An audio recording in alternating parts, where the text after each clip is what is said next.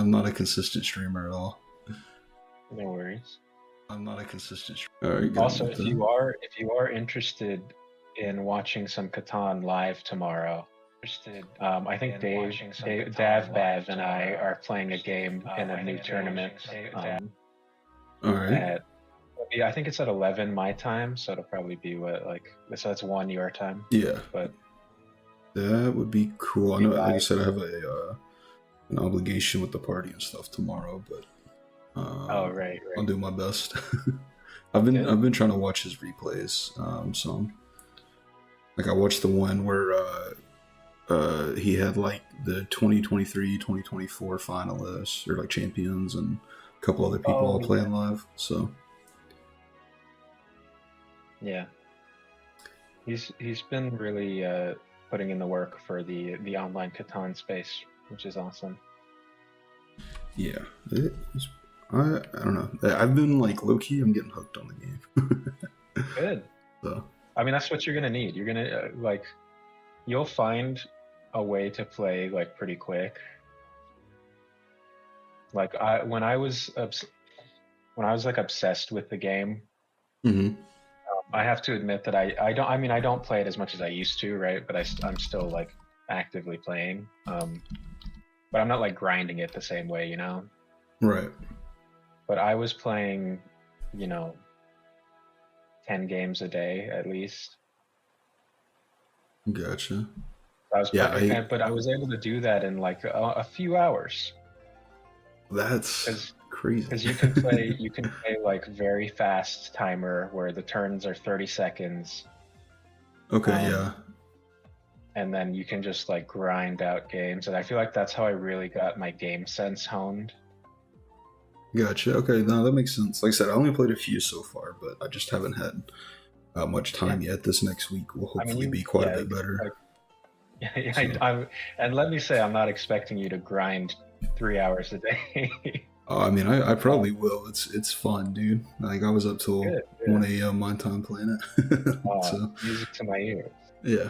No, I love strategy games. That's just one of the games that I never really had people around me who played it much. So like I didn't get to play it growing up. But that type of game is right up my alley. So thanks. All right, let's see. Spanish Crow said hi to me. Welcome in, Spanish Crow. How's it going, my man? Can you let me know if anyone in chat how the sound is, how Ivy's voice is versus mine, the music, that kind of stuff? Anything too loud, too quiet?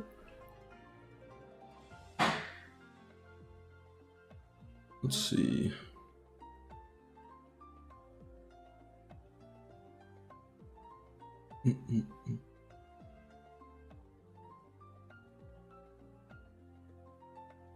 Alright, let me see here.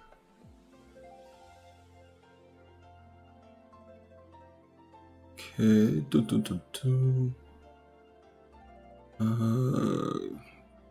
Copy message link. Sounds alright to me. Alright, cool. I'm just making sure. It's hard. I've got, 20 tabs open and trying to balance everything. So, let's see. Okay. Oh, that's not good. Why is that off? Okay, there we go. Okay. People are starting to trickle in. We're gonna run a quick ad just to make sure pre-rolls are off while we get set up with the screen share. So let's do that. And those of you on YouTube won't have to worry about it. There's no one really in Twitch at the moment anyway, so it's fine. It usually takes 30 minutes to an hour for people to kind of trickle in. So. All right. So how do you want to start then? Should we do? Yeah. So. Review? Yeah, we'll start with review. If you want to open up one of those recordings, we'll and screen share it. We'll do that. Okay. Let's do this one. We'll do a win just so I can show off. I can tell you I already know I made some mistakes in this one, but that's fine. Like I gotta win, so I'm gonna. Hello, Jim, the reviewer guy, who is, I believe, a Volto in the Discord. Welcome in. And a Volto was originally Goncock. Oh. The man of many names. All right, I'm sharing through Discord now. Let me see. Let me know if you can see that. There we go. Let me full screen this. Yeah. So don't mind my my Pokemon, not my GeoGuessr tabs open. That's the game I've kind of been grinding too a little bit. I'm just like, it's fun. I'm bad at it though. I'm terrible. I'm not great at it either, but I've been obsessed with it recently. Gotcha. Yeah, it's a lot of fun. I hit a little grind of it when like Rainbow first popped off. It looked super interesting. Oh yeah, for sure. So let me see. We got about a minute or so, a minute and a half left on this ad on Twitch. So basically what we'll do is I'm go ahead and pull this up though. We open OBS.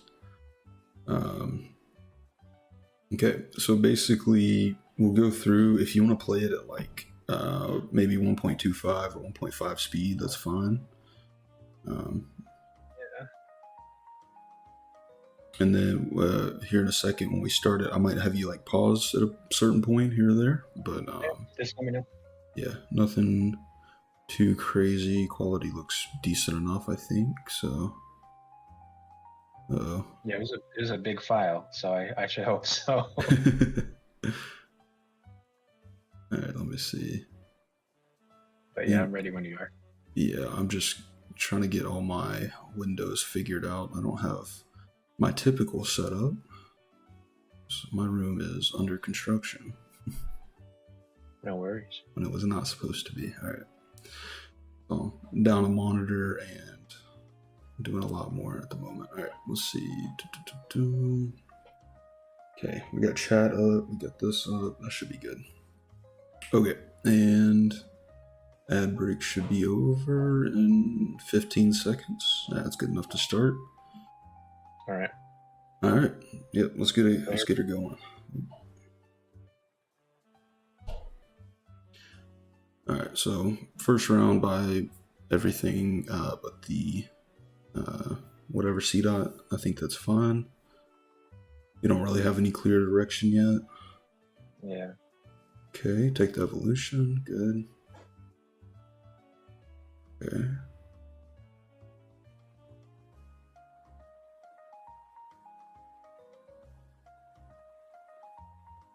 Okay.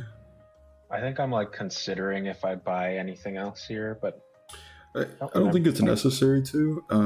It can be okay to run ice early, like when you get the 2 uncommons early, but you really need Mammoth Swine or Pilot Swine to make that worthwhile. Right. Whoa, holy wild! I remember thinking like, oh, is this the game where I try wild? But I think I made the right choice in not. Yeah, it's fine. I'm not a big fan of wild, but if I get like a really good shot for it, especially with these 2 glasses here, I certainly consider it. Usually with wild, you want to play wild dark, and you want at least 3 going in. So it's worthwhile to potentially consider throwing those on the board and immediately rolling down for more of them. Right. But it's really like you don't have to. I rarely ever play wild. It's not one I prefer. So it's not something I'm really going to coach you on. Though one thing, if you want to pause real quick, at that last round, I would have tried to get to 10 gold. Right. Because like steel early is nothing. So like that Magnemite's not really giving you much. You didn't really have much of a water start there. You really just liked your Crobat and then maybe 1 or 2 extra units, maybe the Aerons. So I would have tried to get to 10 gold there, just so you get the extra interest gold, but that's not a big deal. So you don't have to do that every game, just a game that I don't have like a clear direction to go early. That's usually what I try to do. Yeah. Okay, so taking the poison units. That's good. Just get rid of the guys I'm not going to use, but I still want to keep Aeron in, so I think I end up going steel here, yeah, but holding on to poison because I got the gold back. Gotcha. So just so you know, Steel 2 is nothing. Really, Steel 8 is the only part that matters. Okay. So like early game Steel is that makes nothing. sense. Rock 2 is good. Monster 2 is good early. Like this unit is good, but Steel 2 by itself just doesn't really do anything. Yeah. So if you had saved the 10 gold the round before, you would have had enough to go ahead and level up there and leave Aaron or Laron in and get Poison 3 on the board at the same time. So that's part of the reason like that can be really really big for you. Mm-hmm. But otherwise it's fine. So you're just going early Steel. You got a couple really good rolls in the Dual Blade and the Fortress. Right. It's like at this point I don't hate it at all.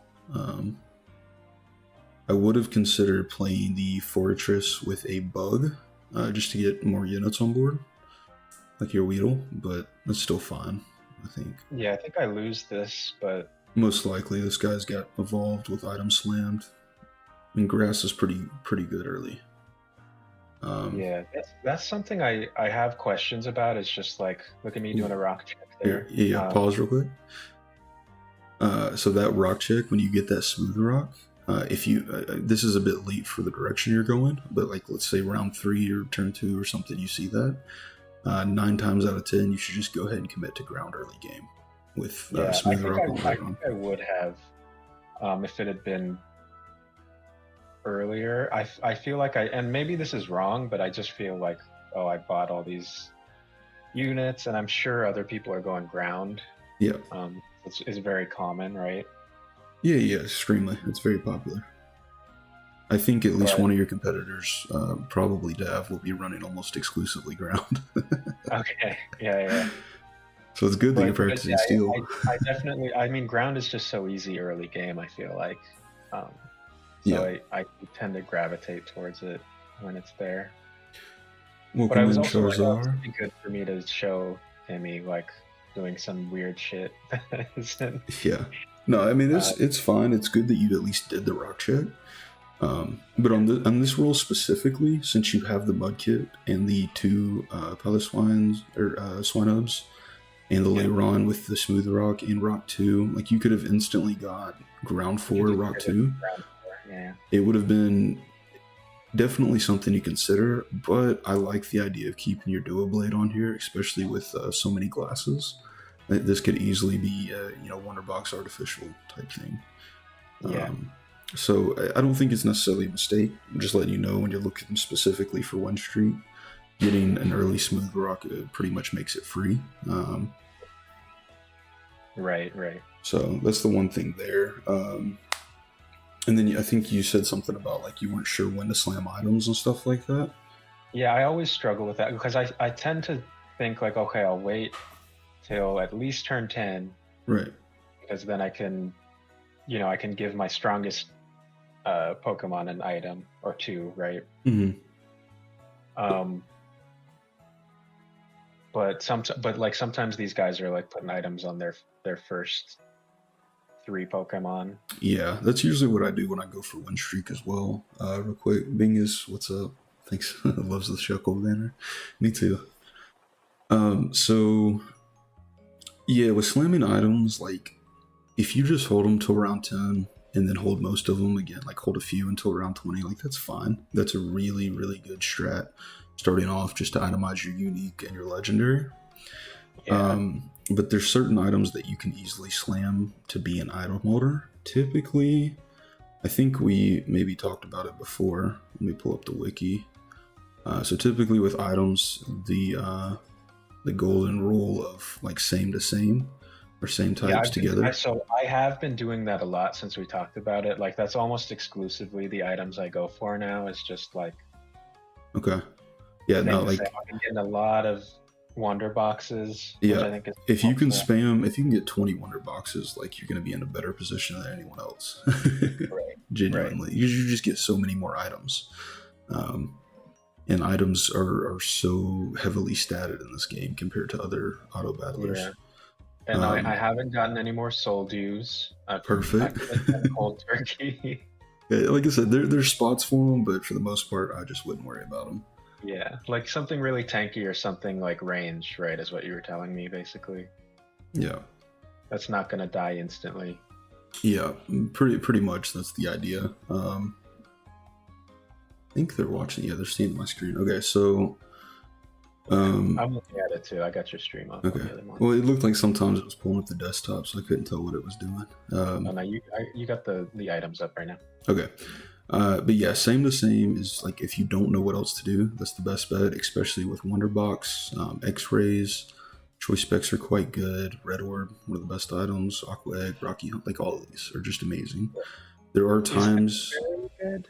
Do what? The Clefairy doll, whatever it's called, Poké doll. Yeah, Poké doll is very good, especially if you're doing a tank build. But I usually prefer to combine it with other tanky items, and only on a one range unit. So like Poké doll with like say Stardust or Shell Bell sometimes is quite good, or with Rocky Helmet, or maybe you don't need that many tank if you're running say like a ground comp. You just need a spare Poké doll. That's totally fine too. Poké doll muscle band is quite good. Fluffy tail is something you really need to consider when it comes to tournament. Like I would honestly say you could probably slam one of these on your unique carry, like if it's a melee carry, every single game, and it would be worth it. Yeah, like usually I think about it and find the spot to make it, but it's kind of hard to, like in the next week, teach you all the little spots you need to find this.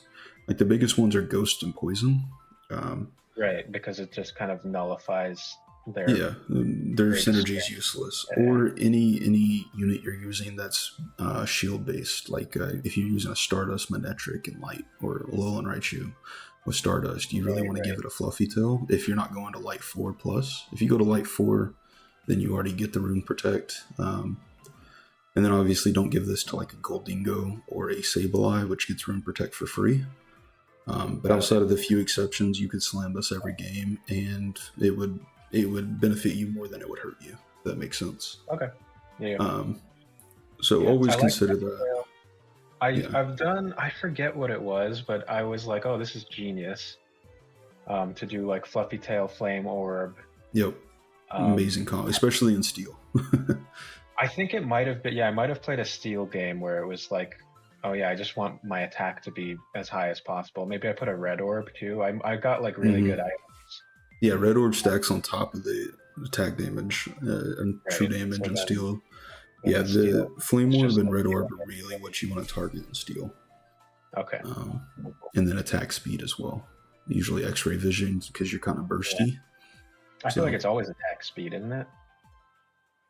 Yeah, I mean, attack speed and attack damage are what I veer towards.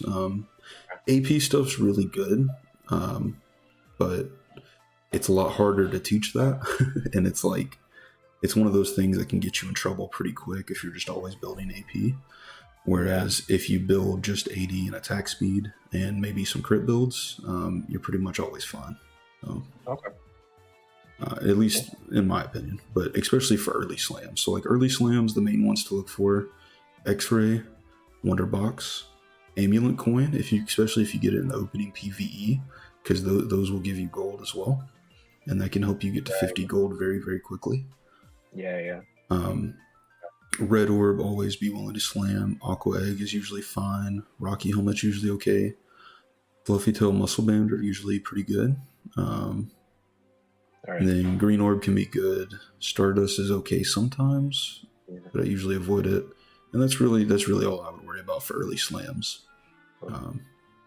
Yeah, I had Green Orb on a Dynamax Groudon or something. Yeah, I was just like, oh, he's just never gonna die. He's invincible. Yeah. So if you get Dynamax Band, you always want that holder to have Fluffy Tail as well, because that nullifies like 90% of the counterplay to Dynamax Band. Right. So, because like usually you can use like Cursola or Ghost 8 in order to take this guy down quickly, or Poison in any percentage of health, but Fluffy Tail counters all those. So like Fluffy Tail, Green Orb, Dynamax Band is nearly unkillable for Primal or for Groudon. Right. So, but yeah, and then like early units to slam on, Charmeleon's quite good. Wartortle can be quite good. For sure. Where I did that was Charmeleon. Yeah, yeah, with the Ghost 2 and the Light 2. Yeah. Yeah, so this guy, War Turtle, if you ever get the Alolan Raichu region, go for it. And then Piloswine's quite good, as well as Lairon. Sometimes Litwick's pretty good. Okay. What about Flaffy? No, I wouldn't itemize it. It's just 2 range. It's not that great. Okay. You really want to focus your 3 range units if you're going to do ranged, or you want ones that have big AoE and are tanky. Yeah. Guys. Okay. And then if you do like a bug flying, usually Pidgeotto is your item carry early. Okay. Sometimes Crobat, if you can get that and you can't get Pidgeotto, you really don't want to itemize your bugs early. You really want it to be one of these two, but preferably Pidgeotto since it's AoE. But yeah, so and then sometimes you can do like a Alolan Graveler or just normal Graveler. But usually I prefer Lairon since it's not single target. Monster. Yeah, only that, and it's not single target either. So. Oh yeah. Okay. And then obviously never itemize this guy. Which one? Skiploom. And oh yeah, right. So that's what Dav was saying in the group chat to throw you all off. Yeah, I never have. All right. I mean, I didn't figure so. I was just saying. I've seen many people do like choice specs hop up, and it's like, oh, why? Right. So, that's net 0 basically. All right, hold on one second. Let me catch up on chat real quick. Don't put Fluffy Tail on Gliscor. That's so troll. Yeah, that's also true. So Gliscor heals itself by poisoning itself. So like there's certain units obviously you don't want to give Rune Protect to. Yeah. Hot Glizzy, thoughts on ground seems very strong, almost always top 4. Yeah, it's strong. It has good counters, but it absolutely runs over low level play. Love you from Korea. I appreciate it. I not even gonna try to guess the name. Sorry, man.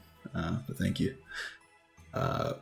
What tournament is coming? So the tournament, yeah, so I guess we got enough people in here. We can go ahead and give a brief overview. So in the Discord, David George, the producer, is his Discord name. He gave a little rundown over it. But basically it's a Pack meets Catan kind of mashup tournament. So we got 4 really good players from Pokemon Auto Chess, being myself, Sandshoe for President, Plagued, and JMT, or Jiguyu, as some of you know him.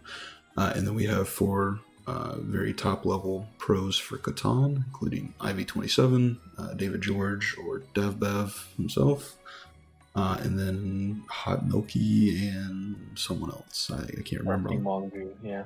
Mongu, okay. Yeah. And so essentially what's going to happen is over the next week or so, until not this weekend, but the next one, a week from this Saturday, I'll be helping Coach Ivy in Pokemon Auto Chess, and the other Pack players and streamers are paired with other Catan players, and they will be coaching their guys, and then Ivy, along with other Catan players, will be competing in a Pokemon Auto Chess tournament and trying to win based on our coaching. And then also Ivy will be coaching me on playing Catan at a high level. And then a week after the Pack tournament, we will be doing the Catan tournament, where the Pokemon Auto Chess players will play in the Catan tournament and try to win. So it's going to be pretty cool. These are both, strategic games, somewhat card-based board game strategy game type games. So there's good overlap. And I think it'll be really fun and really interesting to see how different high-level players from each game pick up the other. So that's essentially what this format's going to be, swaggies. Daniel Keeley, what is the counterplay for Dynamax Band that's left over when they have Fluffy Tail? So basically it's going to be like Miss Magius, which does percentage HP damage. And then doing stuff like the Punching Glove, where you deal 8% max HP damage per hit, stuff like that. It's percent HP based, that's it. And there's very few counters, so usually you just have to stat check them and have a better comp. In ground, if not flexible, itemize Graveler because AD ends up mattering a lot more over Pylo. Yeah, it's fine. You're right. I take whatever 2-star I get first. I just prefer Pile of Swine or Leiron usually if I'm going to play Ground Opener, because a lot of times they can cast once or twice and end up 1v3, whereas Golem might not necessarily do that. Thoughts on Crab's opinion regarding Rock being new meta? Rock's always been very good. I didn't take much problem with that. Sounds like a great community event. Looking forward to see it. Thank you, Curry. Appreciate you coming by. Yeah, it'll be cool. Kanto says, sounds awesome. Wish I'd watch your stream live, but I'm very sleepy right now. We'll be watching the VOD for sure. Okay, sounds good, man. Appreciate you stopping in. Catan is another auto chess game or other strategy. It's a board game, like Settlers of Catan. It's been, I don't know, around for a few decades. I'm not sure. The 90s, I believe, yeah. 90s, yeah, okay. Super popular board game. That's usually like people who are into board games. That's usually the game that like gets them into it, from what I know. That's like the nerds' basic board game, I guess. I don't know, yeah, but it's super like fun. A gateway. Yeah, it's a gateway game for sure. So it's a board game, but David George, the one who put this event together, has a website that allows you to basically play Catan online, and so that's what we'll be using. So yeah, it's pretty fun. Highly recommend you play it, give it a try if you haven't already. I've just started learning it, and I'm already getting addicted. So yeah, all right. Let's see. I think Back we're to the caught game, up. eh? Yeah, sorry. Okay. All right. So yeah, let's get back into this. So yeah, item slams here specifically, I would slam Wonderbox personally. I think I do end up doing it. I'm just not sure when. Yeah, I would have done it like turn 3, to be honest. Yeah, I mean, it's seeming to me like Wonderbox is pretty safe. Always. Yeah, if you get it like Wonderbox Amulet Coin early, that's my perfect opener 9 times out of 10. If I can ask for an opener, that's what I ask for. Okay. For like any comp whatsoever, just I love Wonderbox, man. Yeah, and I think I'm like panicking here because I lost, right? And I'm like, okay, well now, and I don't even have babies, so it's not like I can throw babies out there. Okay, so lose streak opening is totally fine. I actually do that more often than not, at least in the past. I've been doing it too a lot recently. Yeah, so there's no problems with that. What I would do if you're gonna lose streak, I mean, it's better to lose streak than to like win, lose, because at least you get a streak. Yeah. And that gives you, up to +5 gold at the end of Gyarados round. But here I would have sold your excess units and the Crobat in order to hit 30 gold there. Okay. That's what I would have done personally. All right, if you don't open the thing, don't you dare. Oh, I think I watched your video about the Wobbuffet, and so I considered it for baby, and I was like, all right, I'll just do that. So I combine. Yeah, it got nerfed like halfway on its ability, but it's still really, really good. Just Psychic Amorphous typing with a baby opener, like it's just so good. So I think I leveled up here. I think I still lose this though, so I probably should have just waited. Yeah, probably should have waited, but it's still fine to lose that there, because it keeps your streak alive. So like when you do a PvE round, like Gyarados here, whatever streak you have going will still apply at the end of the round. So you'll still get that that +4, +5, whatever. So super important to keep your streaks. Here you do specs, 2 Wonder Boxes, totally fine. You should be really looking for like artificial, maybe Steel Spot here, but Wonder Box is good in anything. It's also quite good in field or normal. But like artificial is typically where it shines best because you get stats per item. Right. And you're just giving yourself so many more items that way. So the one thing, if you want to pause real quick, do you know how Forcing Portals works? Have I gone over that before? How what? Forcing Portals works? No. Okay, so on your left-hand tab here. Yeah. Okay. I think I've heard about this, but I don't understand it. Okay, so I'll break it down. A lot of people, even people that have been playing consistently for a while, don't do this or get confused about it. but essentially your portals both at T10 and T20 are forced based on the synergies you have active, assuming you have at least 4 tiers of synergy active. So not 4 separate synergies, just 4 tiers. So like on steel, you have 2 tiers of steel active because you're a steel 4. But because you don't have anything else active, what it's going to do is it's going to take a symbol randomly from any synergy that you see here on this list. So you could have a light, ghost, rock, bug symbols being forced into these portals, right? It could give you steel, it could give you electric, it could give you anything. But if you had, say, steel 4 with electric 3 and ghost 2, or ghost 2, artificial 2, steel 4, then it would give you exactly 2 steel portals, or 2 steel symbols with 1 ghost symbol and 1 artificial symbol.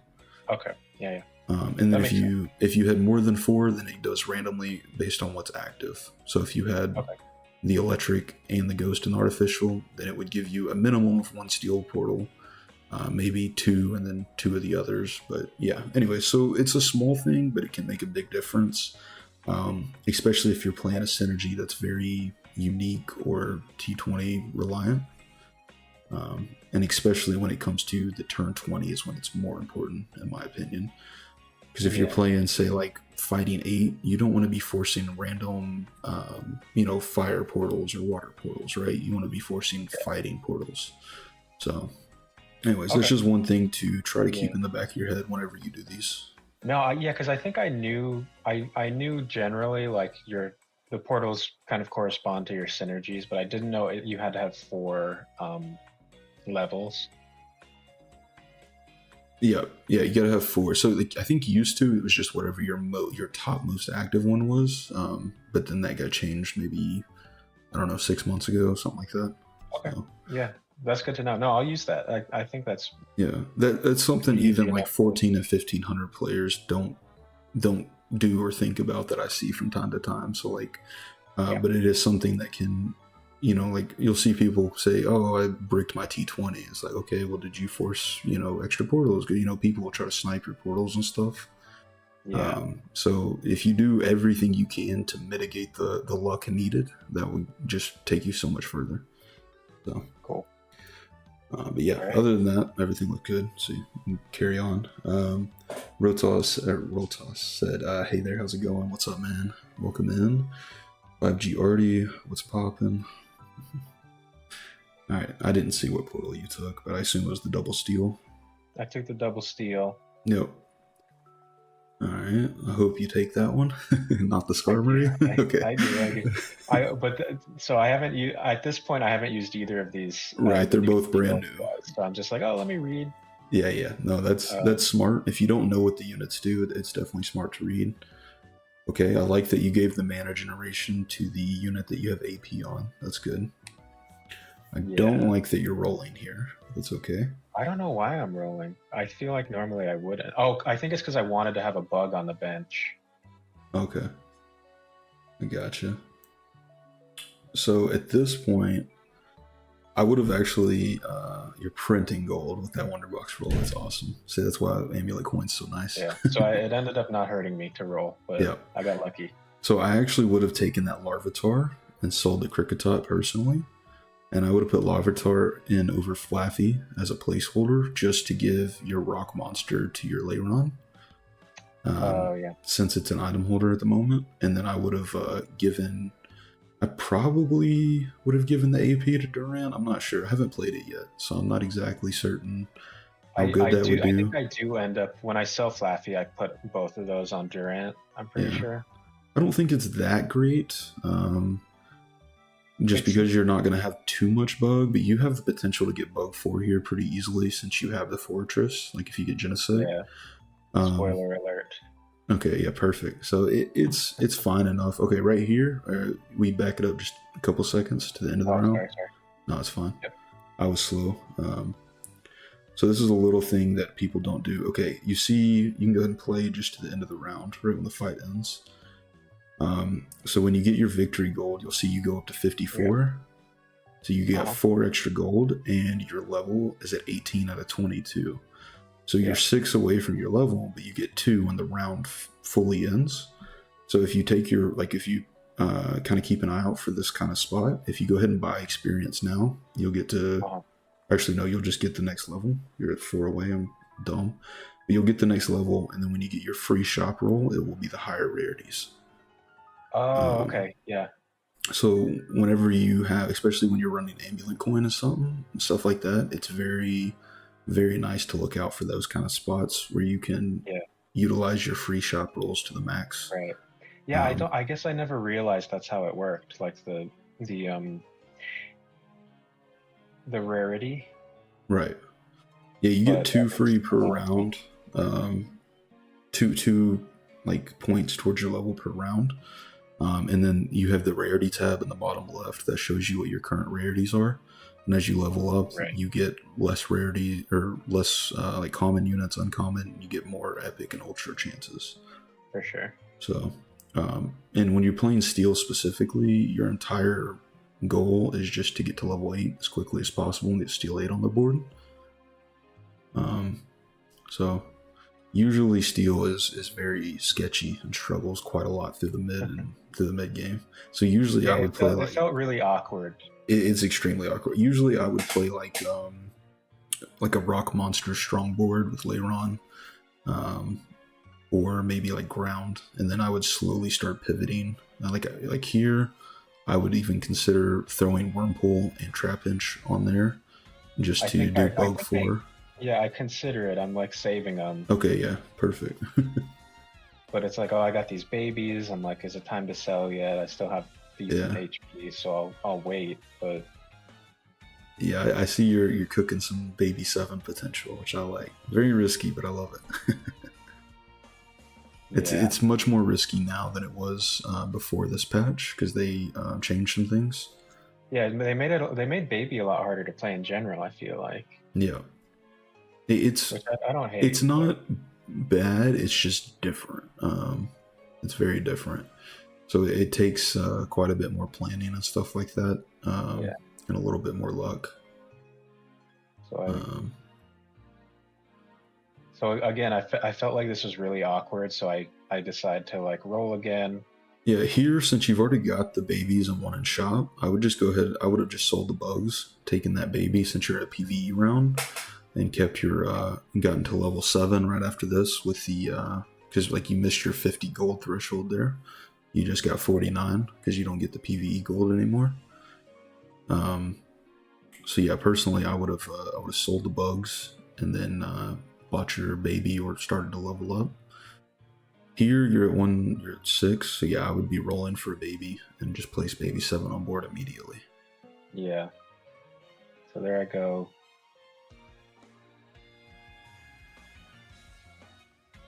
Let's see. Okay. Just trying to decide, I guess. But... that's fun. Yeah, like I said, there's so much to this game to try to learn and figure out. Okay, you went around, saves you some health. That's pretty good because you are a little bit low HP here, but not terrible. Okay. Let's see. Do we roll for a baby now? No, I think I end up. I know I sell the babies at some point. Oh, you don't play baby 7 this game? Yeah. Okay, that's fine as well. So one thing with your Swiftwing here, I would be using that. You don't really care about the flying synergy here. If you want to pause real quick, I'm going to show you something about arty items. So with artificial items, sure, you get the flying synergy, but you also get 10% chance to dodge, along with 25% attack speed. Like, that's the thing you care about. Yeah. Fighting Macho Brace, you get plus 15 attack. Big Nugget, you're getting plus 5 defense, plus 5 special defense. Hardstone, even if you don't care about rock synergy, you're getting 100 shield. So you always want to be utilizing these, especially since you can bench an arty unit and pull them back off at any time. Like, there's no downside to just slamming these since they're so malleable. So, yeah. So there's just one thing to consider. But other than that, you're good. So go ahead and play. Sure. Oh. Let's see. So everything looks fine here. Staying above the threshold. You're locking the bows. Seems like you're not exactly certain which way you want to go. Yeah.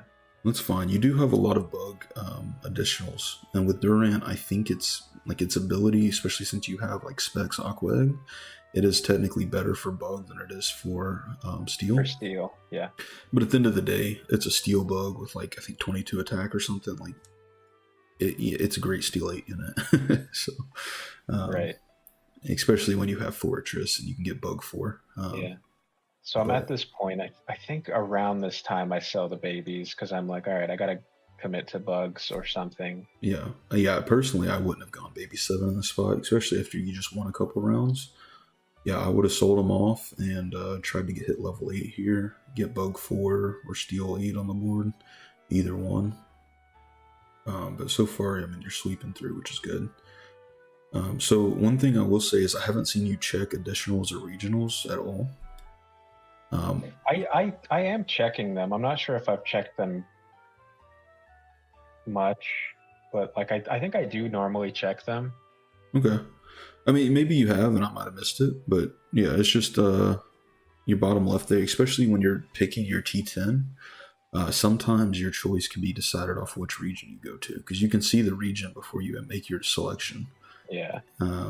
Which can be quite nice and really make the difference sometimes. But otherwise, everything looks good. Like I said, you might have been checking them, and I just didn't. I overlooked it. I'm not sure. Yeah, I'll check them really quick every couple rounds probably, but Okay, perfect. I might not have checked in this game, to be fair. Well, like I said, I'm not sure. I was just saying.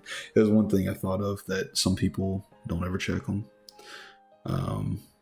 Okay, Wurmple's gone. Right. Is this one where you were Oh, I working? remember what happens. So I don't know if I in this game I have the electric bug. I forget his name. I know that the evolved one is Garvantula or something, but Yeah.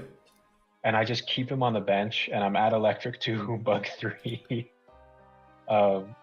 And so I think I don't know if there's like I think I could have sold Laron or like moved Laron and taken the bug. Yeah. Um, Yeah, that'd be fine. That probably would be better, actually, to be I think it honest. would have been just to get the electric 3, the bug 4. Yeah, it probably would have been better. His Fortress is quite good as well. Okay, here Yeah, you lose your bug portals, you take the steel one, so hoping to yeah, I get get lucky. Yeah. I get pretty lucky. Yeah, that's fine. That's actually, I mean, you got the godsend pick. Let's see, X-ray is perfect. So you can do a crit build here, and that would be fine. But Mana Scarf Wonderbox is also excellent. Personally, I wouldn't have given the Mana Scarf to Genesect, but that's okay. It's really not a bad problem at all. I don't prefer to focus on him casting unless I'm playing Vertical Bug. Usually for Steel, I just want him holding 80 items, or I want to splash Artificial and just give him more items in general. Yeah, that makes sense. And then now that you took T20, I would be checking to see if you got lucky with the Burmy Artificial region. I don't think you did. I didn't check, no. But that's one thing. I don't think he's in this, though, yeah. Yeah, I don't think so based on the portal you took. I'm just saying that, like, obviously you're taking Genesect there regardless, but that's one thing that can sometimes make the difference is like, oh, I can hit Bug 4, Artificial 4, Steel 8 here, you know what I mean? Yeah, if, say, you had, like, Heatran I think would option. have been objectively better than my comp ended up being. Well, sure, but, like I said, I don't think you really have that option there because you didn't get the Bug Portal or anything like that. Sure. Let's see. I'm getting worried here now. Yeah, you're getting a little low HP and people are scaling. So here, I would consider the Thunderstone very heavily. Okay, it's gone. Yeah, I wanted it. I wanted it bad, but I ended up going for the best. Okay, that's fine. I probably would have taken the Cleanse Tag, or maybe even the Blue Orb, possibly, but probably the Cleanse Tag. Okay. But that's still fine. Okay, here you go ahead and go Artificial 4. No? I don't remember what I do here. I think I end up putting Shuppet back out there, but maybe not this turn. I definitely would have over your Elekid for sure, just to get Ghost 2 in. But I probably would have put it in over. Like, I probably would have sold the Layer on here, since, like I said, Steel 6 doesn't really do anything. but Right. artificial 4 is quite strong. And Ghost Yeah, I 2 is think I was just obviously kind of, amazing. for whatever reason, I was pressed. I didn't even get my item in. Right. Like I said, I'm pointing out very like small things that you're playing way better than majority of players I've seen. So, but like I said, I want us to win this tournament. So I gotta point out all the little things. Okay, going for an Evo's fine. Little slow. It was too late. Yeah, I Yeah, know. it happens. All right, don't. I would personally, I wouldn't even buy Aaron's at this point. I wouldn't go for its 3-star. I would be looking to get rid of it because with Steel you have 2 ultras, being Steelix and Be Sharp, Right. and then that 3 cost rare Gastrodon that you see there, or Shelter or whatever, that one's quite good as well. Shelgon, that's what it is. And then also, like I said, your artificial item, I would have had that on Genesect this whole time, just because it's increased attack speed. Yeah. But that's a small thing. I do think I end up selling my Aerons, but probably would have been better to move on from them earlier. It's fine. At least you're not rolling for them. I see people be at level 8 will roll common units, which is definitely a mistake. So like holding them here is fine because there's still a chance you just like naturally get them in shop. And like you're 2 away from a 3-star. Like it's not even bad to use a Ditto on 1 at this point. Just personally, I don't prefer to, since you're doing the Steel Bug setup and possibly putting Electric in with Joltik, I personally wouldn't prioritize that since you're already going to have those units in. You really want that spot for one of your ultras when you get there. Yeah. But right now, especially being low HP and like not top 4 secure, I think it's totally fine. Yeah. Yeah. Well, now I'm top 4 secure, but I'm about to die. Okay, so you get a Steel Artificial unit. I would put that in instantly. So I'm 1 HP. I just kind of. No, yeah, I know you're like in panic zoom mode, and that's totally fine. I would be as well. I'd be scrambling, and I make a ton of mistakes when it gets low HP like this. Yeah, I don't know why I didn't. So I'm picking up Steel, picking up. Better Bug from my bench. Right? Good. Yeah, definitely want that Metang. I hope you grab it, but I don't think I do for whatever reason. That's all right. I think I'm just thinking like, oh yeah, I'm not gonna have room because I'll have to take a bug out or something. Yeah, that makes sense. Yeah. But I'm like, oh, Steelix is worth it. So. Yeah, let's see what you go. Protective pads, glasses. I'm trying to get the glasses. I think. That's fine. Attack speed's super good for Steel. Or anything. Oh. Okay, here. Let's see. Okay, getting some Evos very close to AG Slash. Yeah. I was gonna say a lot of times I wouldn't even prioritize AG Slash at this point. But you're so close, it's fine. There's your Ultra there. So good. You sell the Layrons to get that in. But I was too slow. I didn't get the Wonder Box on there, but I think I win this. Yeah, that happens plenty.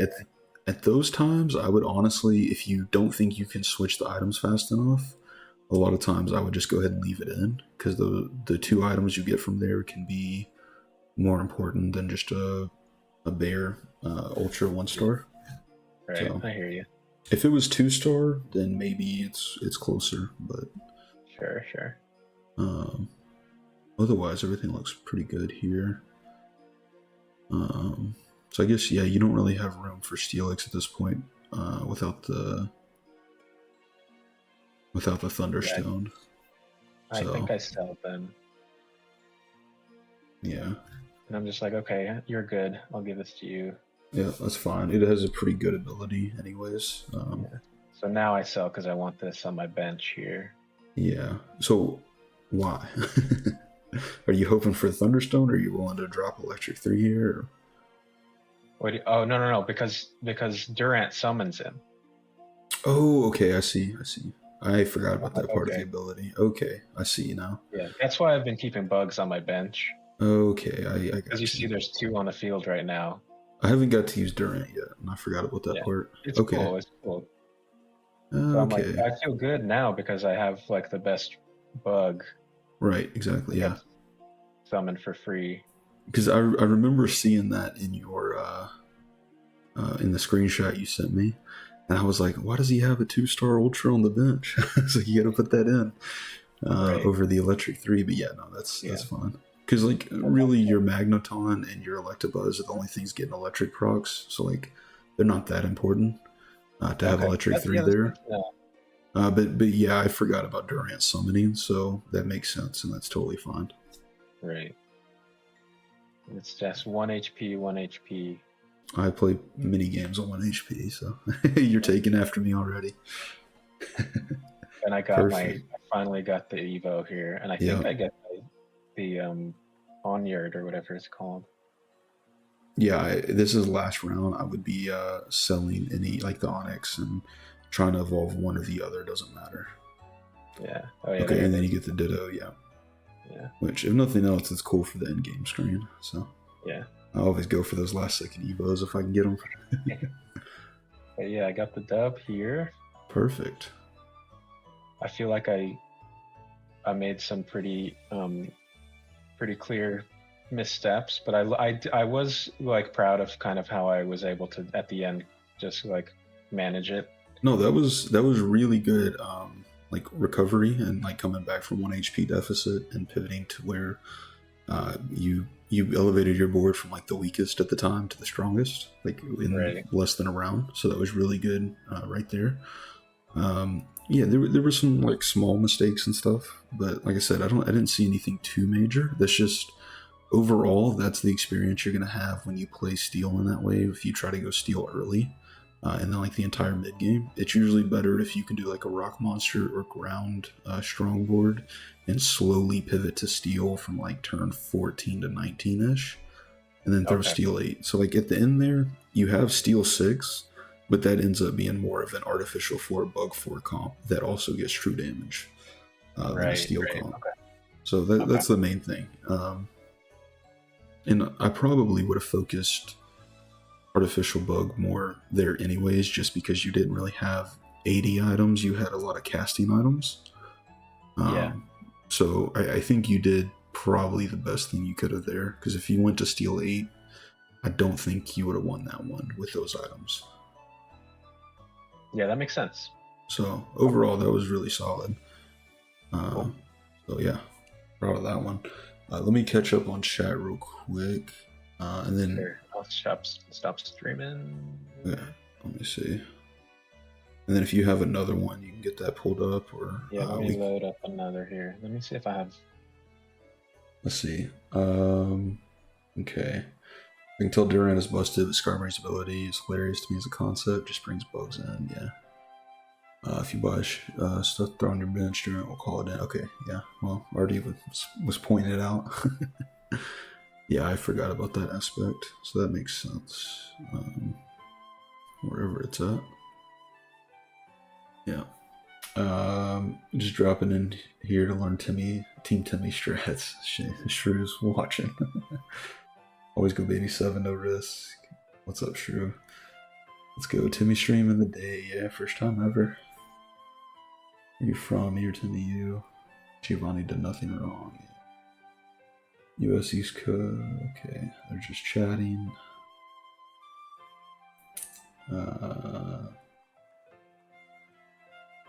that's why I was raving about Durant. Yeah, it looks like a super good unit. I just haven't had a chance to try it. 3 Wonder Boxes is already dream, yeah, for sure. So cool sharing the knowledge and coaching. Trying to. Let's see. I'm learning is goated. Well, yeah. I meant more on my ability, not your ability to learn. My ability to teach. But no. We're going. So, okay. You got another one pulled up? Yes, sir. Perfect. Let's see. All right. Did you have any other like questions or anything about last game, or? No, I mean, I tend to be like, I'm very intuitive with Catan, we can say. So like, it's just, I play a lot by like the feeling of it. Like, oh, this feels right. This feels wrong. Right. And so for me, like it's just like I need reps, so I just Yeah, keep that's all it practicing. is. It's you get to that point eventually where you're like, I think this is just better, or I don't think this works, or what, you know what I mean? Like, Right. just like you're saying, that sort of intuitive feeling, like this feels Yeah, and right. like the timing of it all too, especially like Yeah, I think I ended up making a lot of pretty good decisions, but like they were a couple stages later than they could have been, you know? right. Yeah, I would give that like a solid B plus. Like it was a solid game. Um, there's very small things that can make a very large difference. Yeah, for Um, sure. Luckily, like you got pretty lucky with the portals, which saves you. But if you did low Yeah, roll, then that game's just out. You know what I mean? right. Um, Yeah, well, I mean, I still had Baby Seven like alive. It was a possibility, even if I low rolled, I could have like pulled a yeah, great item out of that somehow and gotten a good hatch Pokemon. But it's also true. Charger bug like would if have I been had gotten the huge there. electric bug, Yeah, that would have or been sick. Vivical. Yeah. Um, yeah, that's one of my favorites to use with Steel or Artificial, or just my favorite Hatchmon in general. But Yeah, um, I overall, it was like the really new solid. one. Oh yeah, Crocodile. I haven't played him yet, but he's super busted. Just typing's insane. Yeah, he just fits well with a lot of good typing. Yeah. I would say the only like glaring thing that like needs improvement is just the early game econ management. Totally. Yeah. That's really the only thing that sticks out to me, that like you could have had a way easier game if you hit those interest caps earlier, or just committed to like the lose streak a bit before or something like that. Yeah. But overall, it turned out fine. Okay. No, I definitely feel that too. Like the early game doesn't feel good a lot of the time because I'm like, there's just so many things I in my head. Like I'm like, okay,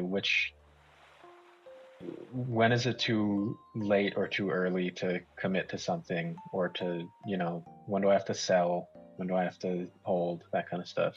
Yeah, yeah, exactly. There's a lot to it, and like I said, it takes a lot of reps for it to become like just muscle memory, second nature. Right. It'll take 100 plus levels of in-game time. You know what I mean? Like for that to be Sure. Sure. really kind of ingrained. Um, but even then, it's like overall that was fine. I think you so kind of doing like a middling thing where like you do a few rolls and you stay at like 20 gold, and but you're still kind of losing and winning. That's really not good. The extremes are much better at the moment. So like Yeah. going like, okay, I'm gonna go down to 10 gold and just make sure I get multiple 2 stars and win all these matches, or I'm not gonna spend any money and I'm just gonna lose straight till Gyarados and I'll figure it out there. Going like with the two extremes is generally far better. Okay. Um, at least for like a tournament final setting. If you're doing Yeah.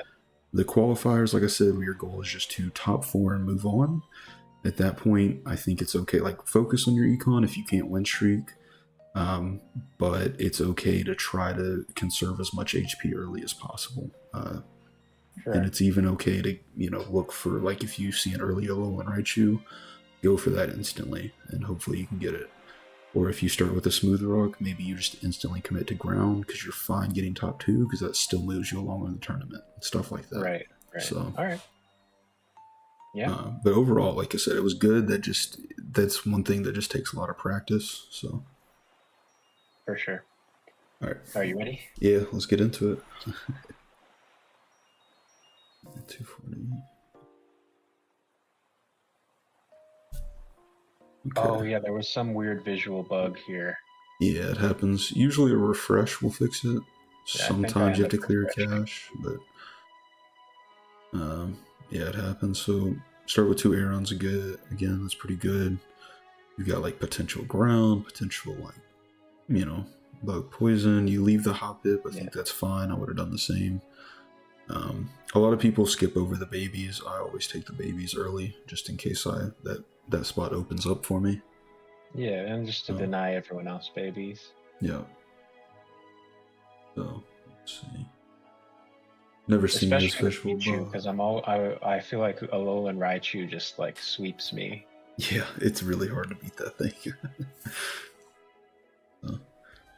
Let's see. And you can probably skip ahead through this part as well. Oh yeah, sorry. No, you're good. I think we're almost back though. Yeah, I'll go back a little bit. Oh, there we go. Alright, let's see. Oh, you have a little Raichu region here. Yeah. So, I don't know if you roll for that, but I definitely would. And you have early Amulet Coin. That's the first thing I see. I would instantly slam that for this PvE. I don't think I do. No, that's fine. A lot of players don't. I wouldn't expect I you don't to. know what I'm doing here. Oh, I'm going monster. That's right. This was my monster game. You told me not to do that. Oh. No, yeah, definitely. I would have instantly slammed Amulet Coin and then instantly gone a Alolan Raichu rolls. Yeah. Or like I would have econned this round. And then next round, right before you're going to hit level 4, I would roll down then. Okay. And then I would econ again until you get to Gyarados round, right before you're going to hit level 6 or level 5 or whatever. And then I would roll down again there. So. Okay. Yeah, those are the kinds of things that I struggle with. Is like figuring out when to roll for evos, or especially early on, right? Because I think you have a better sense later in the game of like, okay. So let me see here. You know, pause real quick. Let me pull up, show you the. So in the in-game wiki, they now have a data tab here. Which you can see your tiers by level. So like level 1 obviously is only 1 round, 100% common chance. Level 2, I think it's 1 round, 2 rounds, something like that. 100% common chance. I think it's 1 round as well. Mm-hmm. And then you get to 70-30, 55-35, 10, 40-38, 20. So realistically, if you're going for a common unit, when you have this 70% chance right before you hit level 4 here at turn 3, or stage 4, right before you hit level 4, like naturally leveling up, because at the end of this round it'll go up. You have the chance to econ the round before, get a little extra gold, and roll down at a 70% odds with no contestation, no ad picks in yet, nothing like that. Right. Okay. Yeah. So that's the reason I do it there, and then I go ahead and econ up until you get to Gyarados round, which usually you should be just about to hit level 5, so you should still have a 55% chance for common units, and then I go ahead and roll down again there. And it's also so just to make sure the region doesn't change on you. If you do want to take a portal, if you're not close enough, you can just avoid taking a portal and slow roll for it. But if you already have, say, 5 or 6 Pichus, or like Pikachu and a couple Pichus, then I would usually go ahead and roll down and try to hit it, and then take a favorable portal. So, right. Okay. But yeah, so are there other units that are worth kind of that strategy for this early? Not really. This is the only one I would ever advise doing it. Okay. I mean, sometimes you can meme, or like you can do like ground hyper rolls sometimes. Like if it just gives you a ton for free, it's not bad to get an early 3-star. Sure. But I would not generally recommend it, other than bug flying. If you want to do this strategy, then hyper rolling for these units. Get a Beedrill and like a Beedrill, Butterfree, Pidgeotto, and Crobat. Okay. Which I do have videos on my YouTube channel. My first one and I think third one. First one's bug flying tutorial, and then the third one is the Alolan Raichu tutorial. And I talk about the like odds, rarities, and stuff in depth there. So if you have free time, you might watch through those and see how those go. Like 1.5 times speed or something. Yeah. But those are probably the only 2 videos I would highly recommend, because both of those strategies are really, really, really good for top 4 tournament format. So okay. Because it's very, very difficult to get bottom 4 with those. Okay. So I would consider it, but again, it's only if you start with like the bug units, or if you start in the Raichu region. I wouldn't, like, some people will try to collect Pichus and then force a psychic portal. I wouldn't worry about doing that crazy stuff. All right. I would try to keep it as simple as possible. Yeah, keep it simple. Keep it simple. So, all right, but we're good to go ahead and play through. But even if you don't go for Raichu, I would still have slammed that Amulet Coin for the first PvE and just given it to Leron there. Yeah, no, that's just like one of those things that just makes sense that I just haven't done. but like I said, I would, it takes a while to like get used to that. Like, oh, look for the ice and charcoal early and do that. yeah, But yeah, that would have been like an extra 2 gold for you. So, right. let me see. The feeling with getting a ton of money but losing a bunch of HP when open 40 is really special. Should have a name. It's called gambling, Duckburg. We love it here. Always gamble. Always take the bait. So, all right, you got 2 Charmeleons on bench. You got a Black Augur, which pairs really well with Dark Monster or Rock Monster or anything like that. Okay, a couple interesting ad picks. I wouldn't be particularly scared of any of these. Maybe Coughing you consider not selecting if you're not going to play amorphous artificial stuff. But it's usually fine to open that, especially in a quick play lobby. But for like tournament format, be a little bit wary of your artificial picks if you're not going to play it yourself. Yeah. Same thing for Wobbuffet, obviously. Really, any amorphous unit is usually really good, and then any fossil unit. Yeah. Okay, you go with the amulet now. Okay, Reaper Cloth is a little, but it's okay. I would definitely would have slammed X-rays. I think I do. Yeah, looks like you're considering. Okay, I mean it doesn't matter, but the Reaper Cloth by itself, it's okay, but I usually prefer it with more of a crit build. Yeah, no, that makes sense. Just because you're only going to have like a 25% chance to crit strike, and you're like with Charmeleon at this point, you're not going to be casting very often. But since you have the Black Augur, it looks like maybe you're leaning into some sort of Dark Rock Monster setup. I was thinking, yeah. Yeah, so it's fine to make crit items early if that's what you're already planning to go with. There's no problem I don't think with that. I end up going with a dark comp, but I forget. I kind of forget what I do, but I know you do monster, but even like in Dark 3, as long as you have an extra crit chance, that makes your Reaper Cloth a lot more worth it. Oh, that makes sense, yeah. But I mean, it's sometimes you slam items because you're playing in one direction early and then you pivot. That's fine. Like there's times you'll see me have a steel artificial board with a random like firestone or something. Like it's okay. Sure. I know I've been there. Yeah, I mean, it is what it is. It's not a big issue at all. Okay, slam the X-ray is perfect. So, yeah, I mean, this is probably your best setup right at this point, specifically. You could, if you hit a third dragon, you could consider losing Graveler or Geodude for the dragon just to get Fire 2, Monster 3, and like, say, Aquatic 2 with Dratini or something. Yeah, I think I end up getting a Dratini. Okay. Like I said, early game, always look for spots to put Ghost 2 as well. But right. Rock Monster is a really good opener, for sure. Okay. Man, you're getting all kinds of crazy ad picks, dude. Some scary ones.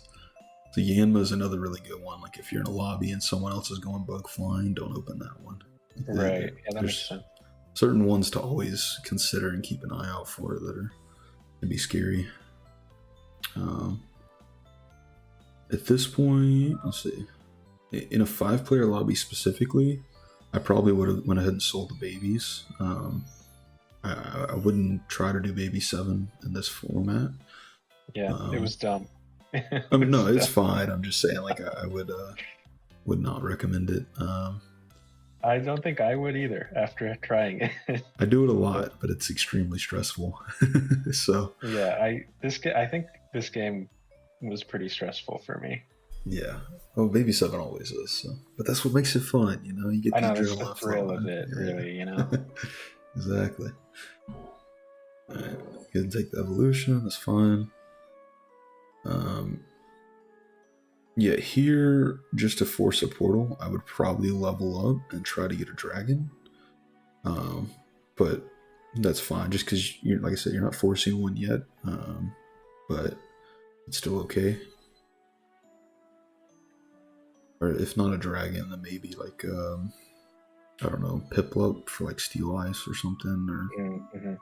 just something that forces Gets me a portal. two different ones, or I guess Steel Ice wouldn't work because that's your Swine Up. Something, I don't know. You'd figure it out. Sure. But yeah, either way, it's fine. Like I said, it's a very small thing, but there are times when it can make the difference between a win and a loss, especially when other players aren't, utilizing that at all. So, okay, double monster, that's good. Let's see what our options are. I'm not a big fan of the monster T10s or monster in general as vertical synergy. All right, you take Dredagon. That's what I would have gone with as well. Perfect. Yeah, definitely leave Graveler in over Swine. Okay. There you go. Okay, and now you get another crit item, potentially. Maybe not. Alright. I don't think I take it, yeah. That's fine. So, at this point, yeah, I wouldn't level up. You're so close to your 3-star. I'd be looking to get the 3-star if you're planning on doing Monster. Realistically, if I get Dragon, I'm not playing Monster, I'm playing Dragon. Sure. But at this point, it is what it is. You're this close in, I would go ahead and try to get the 3-star. And I would also be looking to get rid of Charmeleon with a different dragon, give the amulet coin to Dredagon. Yeah. Usually with Dredagon, you want Flame Orb Fluffy Tail. Is usually the way to build that. So, but I guess you could do like a crit cast on it. It just kind of feels bad with no Fluffy Tail because it confuses itself. It'll sit there and kill your own units. The benefit is it does give itself monster boost when it kills your units too, but still. It can be a little rough. Is Charmeleon coin useful? Spanish Crow. Seems like everyone trying to win early can kill it before he can do anything. No, it's really good. Especially like Tort has a setup he likes to use, which is Charmeleon with Litwick and Flaffy and Duskull. That gives you Charmeleon and coin in the light spot with Light 2 and Ghost 2 active and Fire 2 active. And it's quite good. That one usually is good enough to win streak.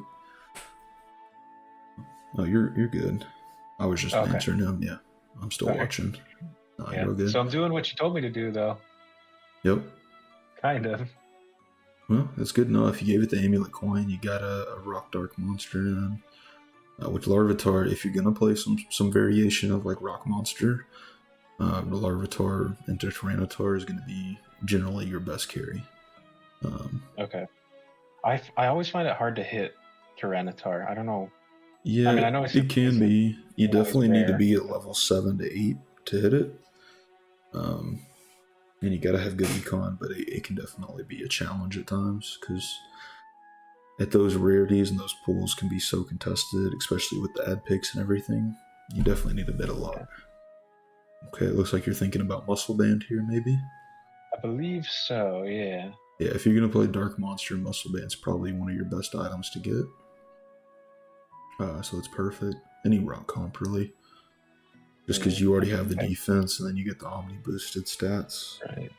But I think I gave it to Dredagon. That's fine.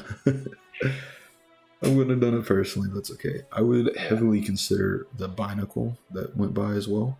The Rock Water unit. I don't think I've ever used it. It's a new one, but it is quite good, and it would give you potentially Rock 4 over, say, Graveler there. But it is quite good. I don't think I tend to play Rock that much, but you guys are saying it's good. So I think I just need to experiment a little bit more with that. It can be a little bit difficult to navigate until you kind of get the hang of it because it can go so many different directions, and a lot of the units aren't really like ranged carries. Like those aren't very common in Rock. So it can definitely be a little bit harder to figure out, but it is quite good. Like Rock Fossil, Rock Monster, Rock Dark, Rock Amorphous, Rock Ice, all of them. Also, another thing is like a round or two ago when you got this Ditto and those Leyrons, I would have instantly just 3-starred it at this point. Okay. Just being that it's 5 players and you really want to get early wins and conserve HP, I would have just instantly 3-starred it and make sure I kept up a win streak. All right. So makes sense. Yeah, I think I'm just thinking like it's it's a common. I don't want to waste ditto on. Yeah, 99% of the time I wouldn't either. Like I tend to low roll a lot, so I don't waste dittos very lightly ever. Just in this specific format with this few of players and everyone being kind of close on HP except for one person, I would instantly take that 3-star because that's really your only carry besides Dredagon. Right. And it's fully itemized unit. Okay.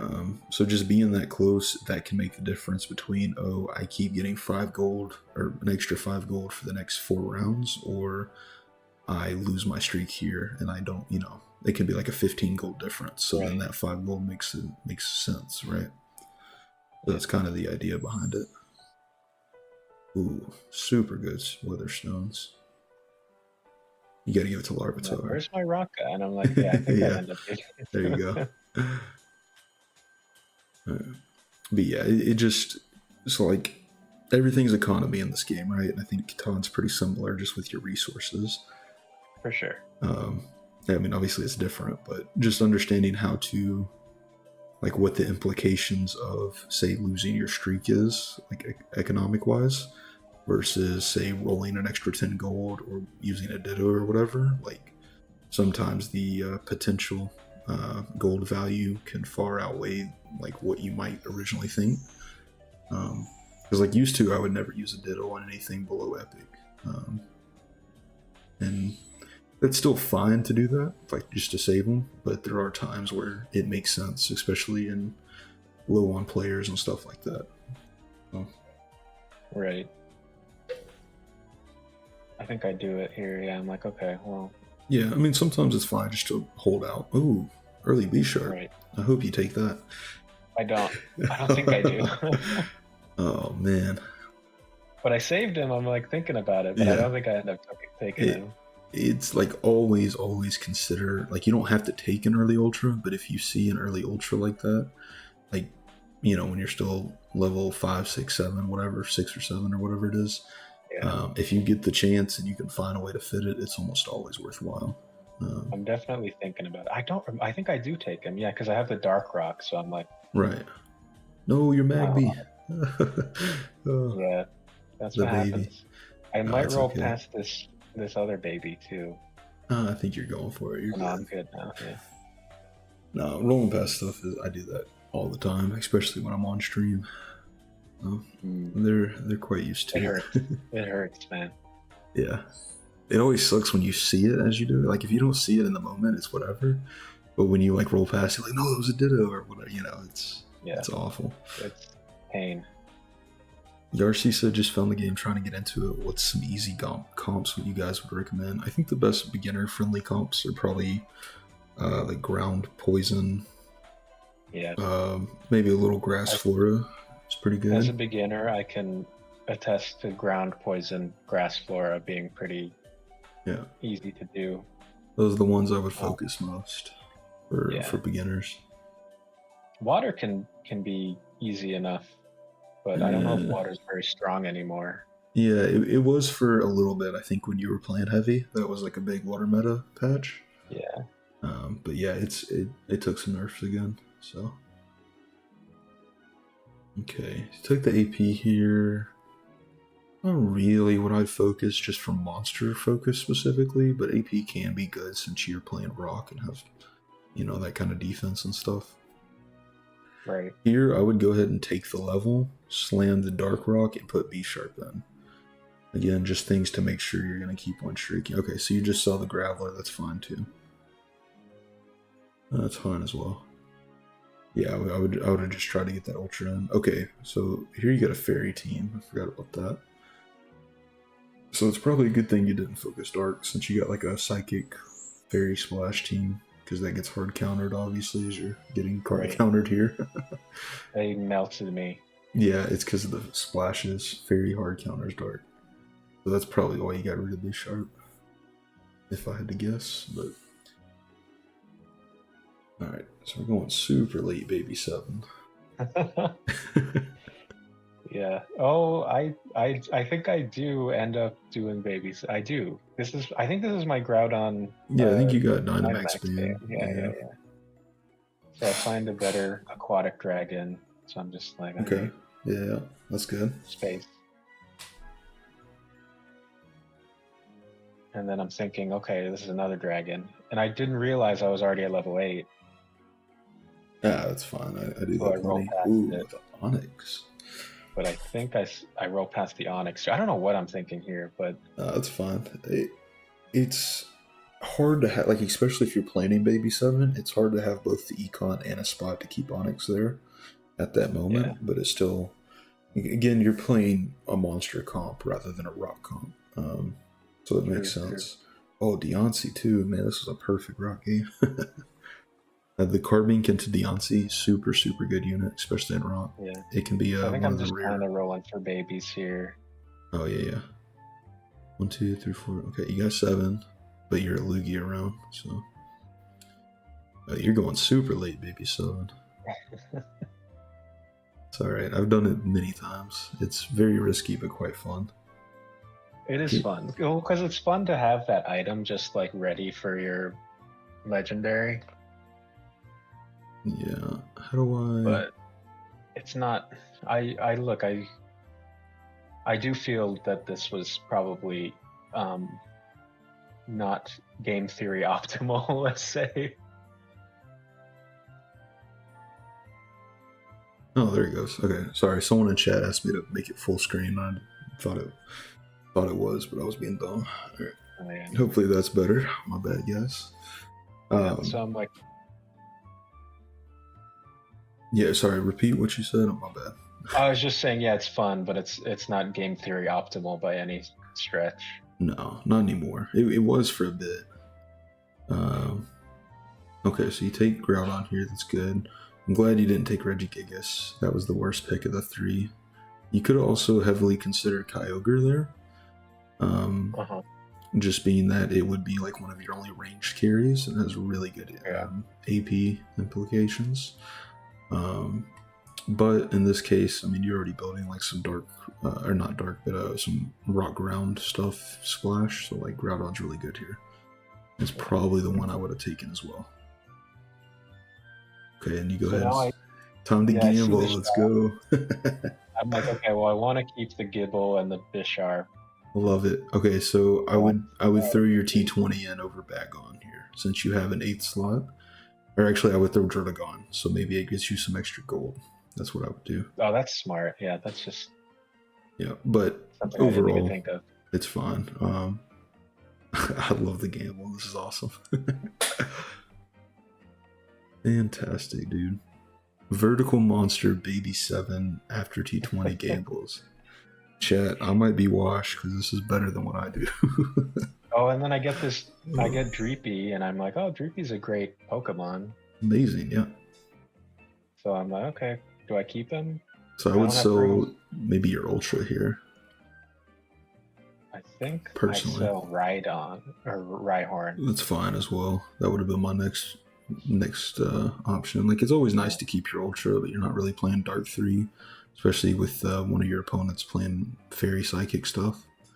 Yeah. But yeah, the only glaring thing, like I said, that Bagon, I would have had either your Druddigon or your T20 in just to preserve some HP.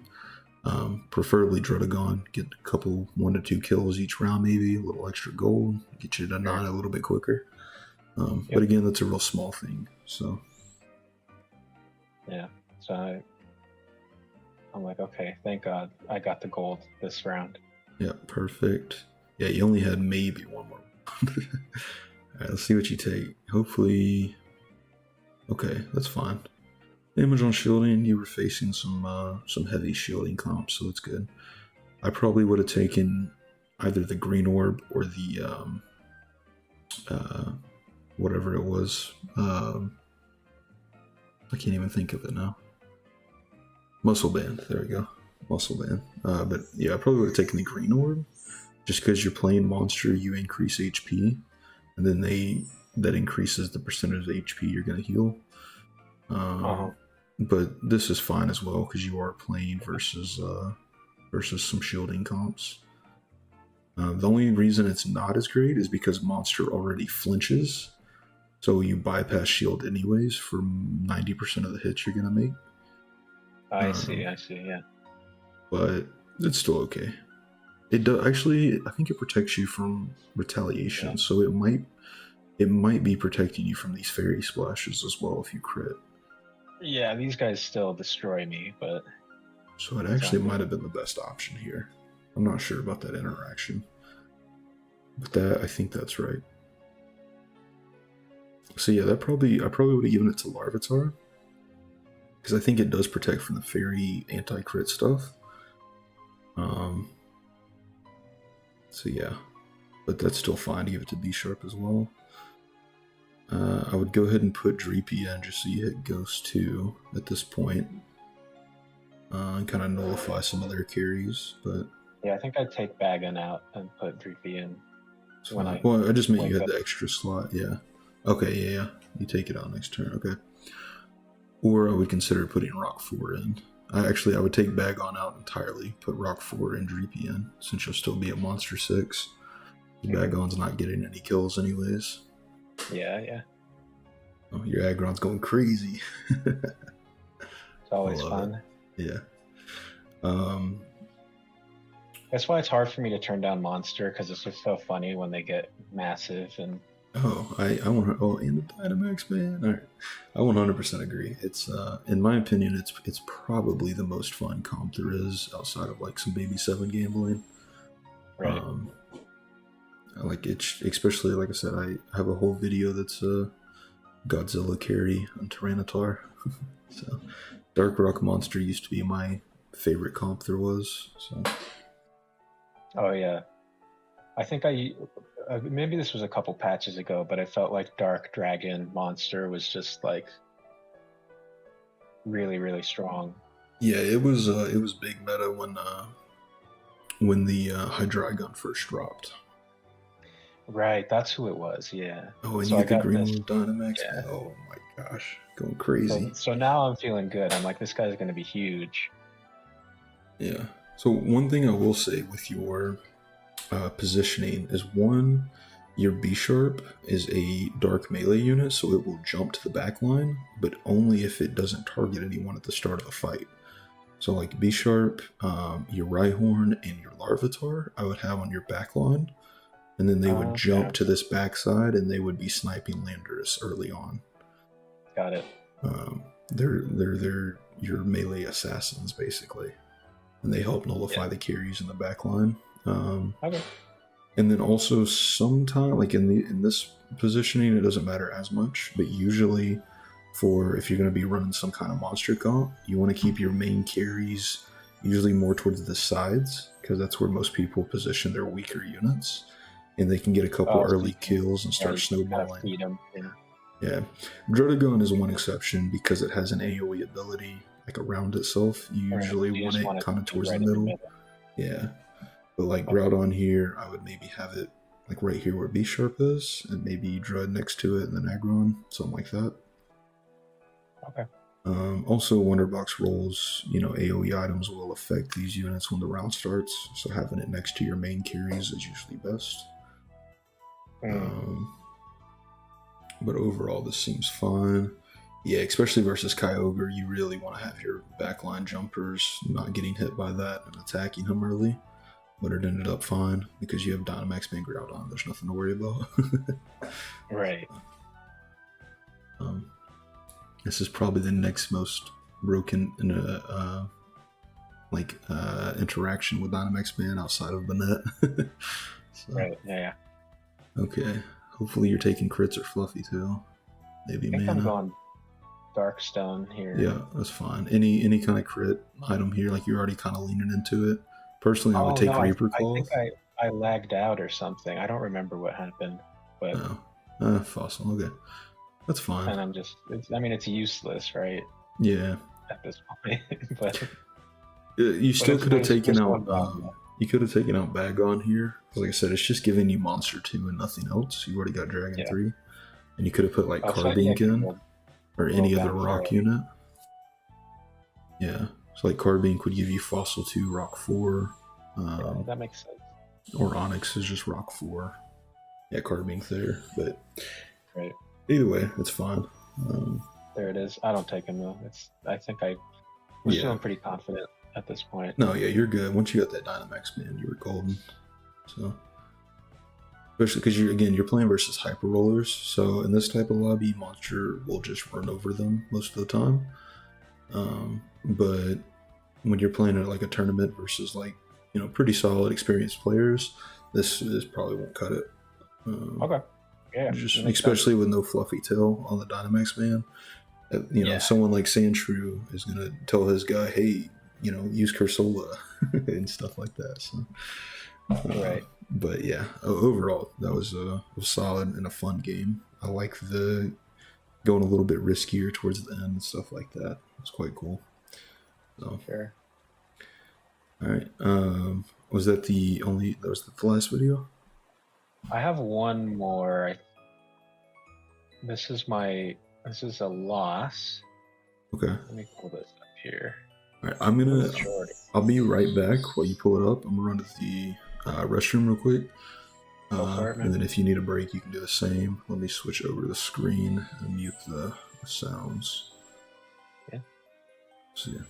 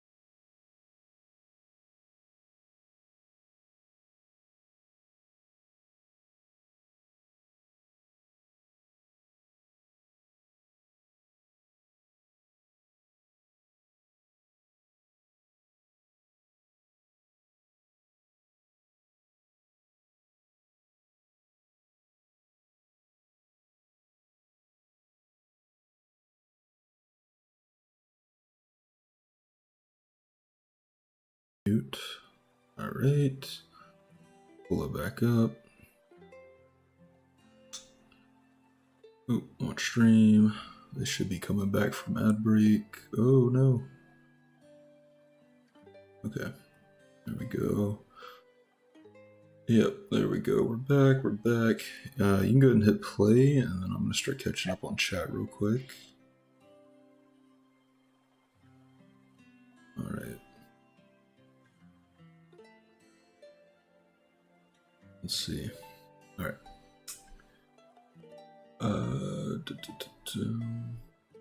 Chat. Oh no, I lost all my chats. Because I accidentally hit the wrong button. Okay, I have to go to the individual apps. Alright, I probably would have bought that second pitchy there over the hop it. That's fine. Especially I was just thinking you were going to tell me that. Yeah, it's fine. Normal is a really strong early game. Especially like if you got those two Lillipups there and stuff like that, but that's okay. Alright, let's see. Curry said, who needs coaching when you have Dynamax? Exactly, Curry. Skipping Sudowoodo. Just got an ad for Black Ops 6. Seriously, age jump scared. I still remember 3 being super new. 3? I remember Black Ops 2 being super new. I remember Black Ops 1 being super new. My parents told me I couldn't have it. I remember 3 being new. Come on, man. It was after COD already went to crap. Alright, so right here, if you're going to do a grass opener, you really want to have grass 3 active, so I would have bought the Caterpie. I realized that at the end here, but... Well, it's fine. It's more for the berry generation, is that you can get that a round or two earlier. So it doesn't look like you're committing to grass, though, anyways, are you? No, I think I move away from it eventually. Okay, that's fine. Yeah, if you were going grass, I probably would have taken the seeds at that point. But yeah, ground seems really good here. It seems like a pretty solid spot for a ground opener. I would be slamming items in this case. It would probably be Muscle Band. X-Rays is fine. X-Ray Fluffy Tail is also fine, but probably Muscle Band is what I would have gone with personally. Unless you're just not feeling like playing ground. I would have definitely hit 10 gold there, though. Yeah, I don't know what I was thinking this game. I don't remember. This is the older game. Okay. Or the oldest game I recorded earlier this week. I think am I going electric here? All right. Oh, I remember what I do now. Yeah, I lose this game pretty fast. Yeah, that was a crazy gamble selling the early Pilo Swine. But that's fine. Yeah, especially after getting the free green orb, you had a really good ground start for items there. No, I think. But this is fine electric. Yeah, I don't even know why I'm doing it though. It might have just looked fun, dude. The Voltorb, there's a pretty ongoing run, like running meme. I do like Voltorb. Yeah, well, this guy, there's like an ongoing meme of like seeing this guy and just immediate neuron activation for artificial. So. Oh, really? That's funny. So like anytime you see it, you just gotta. That's probably what I was thinking then. But ooga booga. I think it's the same, but I didn't play because my parents didn't have the cash either. I missed out on the 2 best cards. Yeah. I used to love Call of Duty. That used to be my main game. Back before they added all the jetpacks in, then I got annoyed. Alright, here, even though light is on the backline tile, I would still probably have Pikachu setting on it, because that's really your only damage dealer. Okay. When you play, I would also try to keep this damage tab open up here, just so you can kind of keep a better eye of, which I think you did for the other games, if I'm not mistaken. But I look at it sometimes, but this was, I don't remember what I was doing during this game, but I was definitely like, let's say I was multitasking. Okay. Yeah, it happens. I do that often, especially if I'm like, there's plenty of times I'm fully distracted and just doing absolute nonsense, like way worse than this, so. You're doing For fine sure. so far. Here, I probably would have dropped the light too, just to put the late Ron in. Oh, you're going I think I'm baby. going. Okay, that's cool. Oh yeah, I know. I messed this up pretty bad. I think. And do you not open a bench space? I think I end up. Nah, maybe not. I don't know. Oh well, the first one I lose anyway. You don't get a baby anyway, right? Or an egg. Is this? Yeah, this is post patch. So yeah, no. Well, maybe you have a 25% chance. I think it's just 0% the first loss. It might be. I forget the new baby stuff. I gotta be honest. It still confuses me a little bit. Yeah. Um, But I usually I make it don't. work, but I don't know the exact. Like every time I look at it, and then I like get it down, and then I like get confused again. I don't know. Yeah. So I'm pretty sure I lose to the Gyarados though. I should have most just likely with this should have positioning. just slammed my items as you mentioned, but Oh no, you no, I take it won. down. You're good. Yeah, Alright. you have the two stars. But yeah, a bad lineup you could have lost there. Sometimes it just depends, but you were fine. Big Wife said he's multitasking right now. Mega said had 2 Voltorb games in a row and then threw the third one because his neurons were so activated he started building for it and it didn't get picked. Well, let's go, Iron Hands. The boy. Take him. This is my first time playing him too, I'm pretty sure. Yeah, he's a brand new one. What do you get? It's Artifact? well- Oh, Metal Coat. Okay. Steel, yeah. Here, give up on the electric. You're just going Steel 8. Once you see Metal Coat at RD2, that's the game plan with that usually. Okay. I like it. I would give him the Metal Coat as well, though. Yeah, It's just a little extra true damage, and I think you get defense for it, yeah. So, but I mean, it's fine. He said, RD items, because you can so easily, pivot the items off of the unit and trade them around, there's no punishment for slamming those at any given time. So they should pretty much always be in play. Take the baby, I like it. But I should have abandoned electric, right? I should have just sold my Mareep. Yeah. You should definitely be abandoning electric and just going.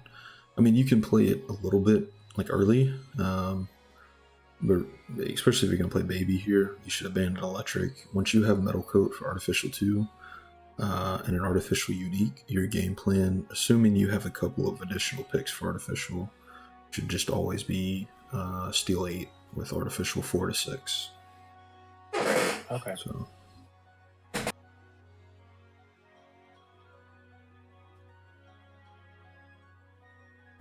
But that's my opinion, but generally that will never treat you wrong, and you don't get very many Metal Coat games in general, so. That or look for Scyther, so you can get Sizer early. Oh yeah, get those a bug portal. Yeah, you just get a free one, basically. Yeah. So I got Charge a Bug, which I think is perfect. One of what I was targeting. Yep. Like I said, that's my favorite one. So yeah, but for some reason everything goes wrong, and I don't remember what exactly I do. But I remember being like, "Wow, I just lost like immediately."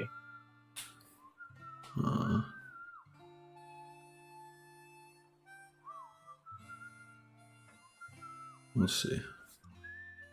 Yeah, but yeah, definitely things I've learned today. Just throw the artificial items on no matter what, basically. Oh yeah, for sure. Because you can just, like I said, so when you bench an artificial unit, you lose this energy and the item goes away. Right, and then it just pops back up. Yeah, and then you can just move it around for free. Now, sometimes it gets a little hairy when you're at like Artificial 6 and you maybe don't have as much bench space. Sometimes you need a good few seconds to figure that out and move around with it. But for the most part, like your Artificial 2 to 4, like you can pretty well just yeah. Like if it's your nearest tier active, I guess. Like if you're RD6, your Artificial 6 item, you can move around super easily because it's just one unit. Right. But But if you're at RD6, then your metal coat, your RD2 item, be a little bit harder to get to because you need to bench 5 units, right? Yeah. So you can still do it, and I still move them around a lot, but it takes a little bit Okay. more planning. So. Right. But here I'm still like holding on to the electric. I think that's what I messed up with. I think I get Elekid or something, and then I'm like, oh, I just have to go electric 6 or whatever. I forget, but I got you. Yeah, I mean, electric's really, really good, especially if you can do like electric artificial or electric light. oh no, I would have instantly put RD4 out because that's just going to be enough to carry the mid game. Like your unique with 3 items and RD4 boost is 9 times out of 10 just going to win streak. Super, super good. See, more mana. Not super amazing for this comp, but really any item's good. Oh no. Yeah. What did I do? Oh, you put the Pichu out for a second, but you swapped it back out. Oh my goodness. Oh no, I think I'm going baby 7 here, right? The perfect items. You might be, yeah. Oh, Metal Coat Magmarizer? Oh no, Ivy. Yeah, How? I fumbled. Okay. How? No. These comp or whatever, like part of the reason I'm trying to teach it is that it's pretty high level to do like steel artificial stuff. Like 99% of new players struggle with it. Most even like middling experienced players struggle with it. But like if you gave, Monk or Sandshrew or me a setup like this is just a free top 1. Okay. So if you can learn to capitalize on it like that, you're gonna be gold. There's hope. So, like I said, it's a difficult thing to figure out and balance. So also you're getting baited by the electric, but that's fine. I do that often. That's true. I want to learn steel artificial, and then the other one that I like have no experience with is I just never play fairy. Yeah, don't worry about it. Or fairy normal or whatever it is. I don't know, but yeah, fairy's fine, but it's just like a worse steel essentially. Okay. All right. Unless you're specifically playing against dark. Yeah. But so yeah, now I have baby 8. Yeah, perfect. So yeah, I wouldn't worry about fairy. I can teach you like sound and a little bit of fairy psi. Yeah, but fairy psi is really just psychic. So yeah, I don't play psychic, don't play sound much. Yeah, we'll definitely go over sound because I assume you'll see that, especially in the finals. It's super strong. Okay. Yeah. And it can like snowball and just become impossible to beat very easily. Gotcha. Yeah, and plus you get a baby in it, so it makes baby 7 quite easy. So we'll definitely go over that at some point. Got it. But fairy by itself, like vertical fairy, I wouldn't worry about it. Yeah. Oh, I think I'm just bricking on shiny eggs, and that's probably how I lose. Yeah, you're down to 23 HP, getting a little low. Yeah, so I think I give it one more go, and then I just end up losing anyway. That's fine. Honestly, like if it was a tournament final, well, actually, I wouldn't have played Baby 7 here even for a final. You had Metal Coat Magmarizer with Charge-a-Bug. Like, this was a free top 1 even versus shiny items most of the time. As long as your T20 is good. Yeah. And I'll open a team planner here in a second and kind of show you what I would have worked towards. But okay. Yeah. Yeah, Either way, it's fine. Baby 7's a good risk to take. It's just a harder gamble now than it is, like, because when we originally did a coaching session, it was last patch still, so. But I imagine there's a good chance you'll still see some in a tournament final format. Right.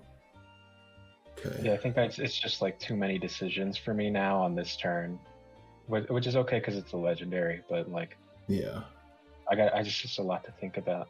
It is. It's very hard to make these pivots on like 1 to 2 HP, but if you can do it, then you're going to be better than anyone else you're playing against. So yeah, I mean, it looks so cool when you do it, but it's fun, yeah. Super fun, but very risky. Okay, hopefully we take a steel portal. Artificial's fine. It's fine. I think I get Artificial 6 here is always good. Yeah, that's what I was thinking. And you get circuitry, still perfect. You can do electric, artificial, and just splash steel, and it's Right. free. Yeah. Oh yeah. I was like really excited about this because I'm. Yeah, I would instantly put So in I should have just RD6. sold Leiron's got to be Aaron, right? gone. Yeah. Yeah, got to be gone. Yeah. I think that's my. Okay, here I would have gone cleanse tag Well, and upgrade, well, but that's fine as well. Yeah, you gotta sell Leiron. You yeah. gotta go. If you have RD6 here, you win these rounds. Yeah. I bet, I'm sure. I'm sure. Just because So, of my T10, right? well, your T20 too. Just all your units. Just they all get so Good. much stats that you just win these. Okay, I you can get win this one it. anyways because it's fighting versus you. You know you have steel 4, you have some true damage and a lot of special damage, so you're good. Right. But yeah, you got to get rid of Leiron quickly there, instantly. Well, it's good that I can see it now, I guess. Yeah, you pointed it out, so like that's perfect. I mean, like I said, that's something like some people never think to sell. Okay, shiny stone. Ooh, that's a good one. So I don't know who to give this to. I just threw it on. Yeah, so usually you don't want to give it to the T20. Usually you want to give it to a different unit, like the bug unit, and then put your T20 on the light spot so it gets the boost. Okay. You also got to be using the Magmarizer. That's like one of the top 3 best artificial items. Well, now I know. Yeah, no, you know, that's what I said. Like, I know we played like one RD game together, and then that was it. And I kind of just left you hanging. So, yeah. Oh, that's game. Yeah. Yeah, that's game. Like I said, if you have RD6 there and the Magmarizer on the field, you win this lobby. Right. Guaranteed. Yeah, I can see it now. It's just like when I'm in it, I gotta figure out. In the game, it's a lot harder to figure out, like in the moment, for sure. Right.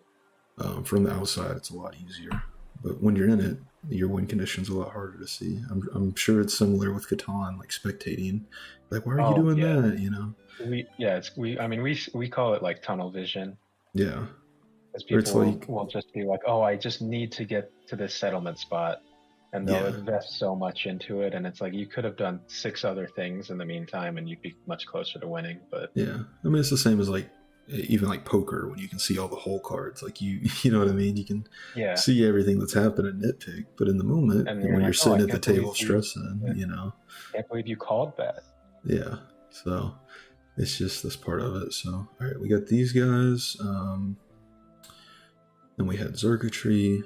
Yeah, this was like a perfect artificial 6 with electric light build once you got that shiny stone too.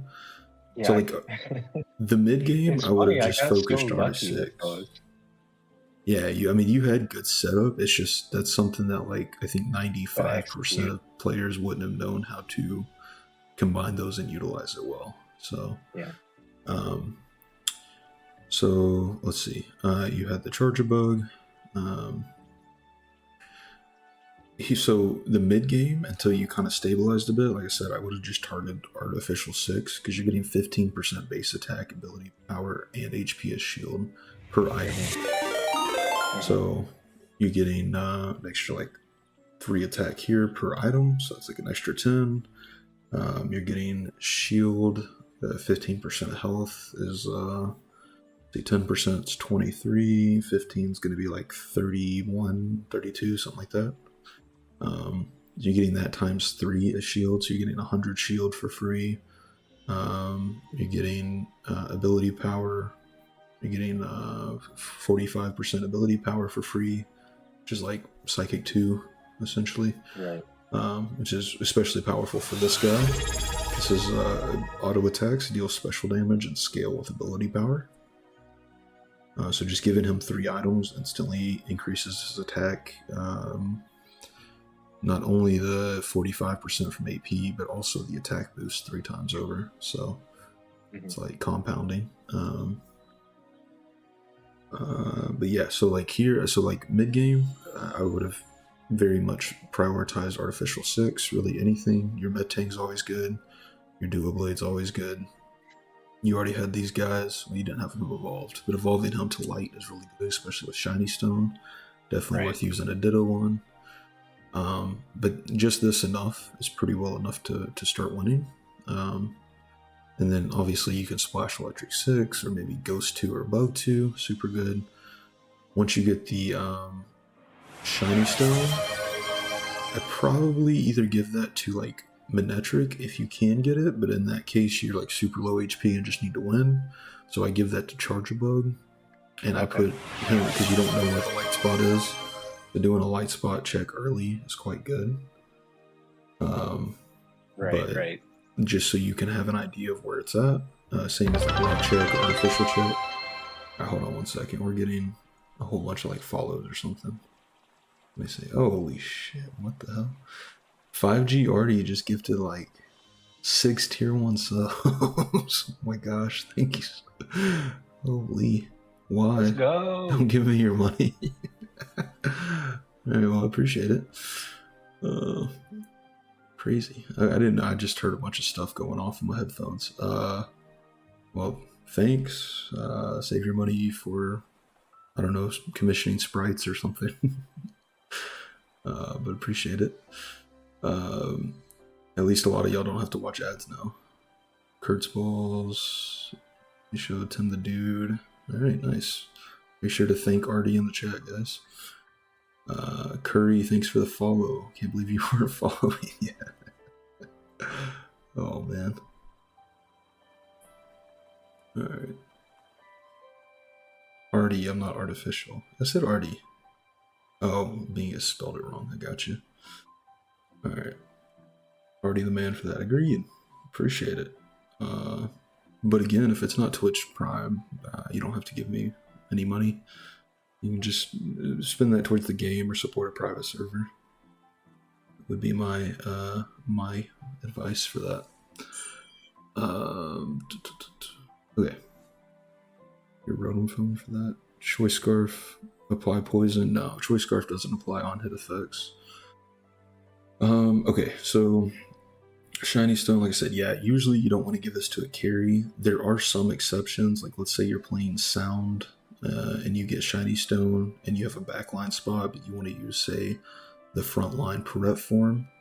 That's a case where you would want to give it the Shiny Stone, or maybe like Chansey or something like that. But I'd say maybe 85% of the time, not giving it to the carry and just putting the carry on the light spot, at least for backline, is going to be a better option. Gotcha.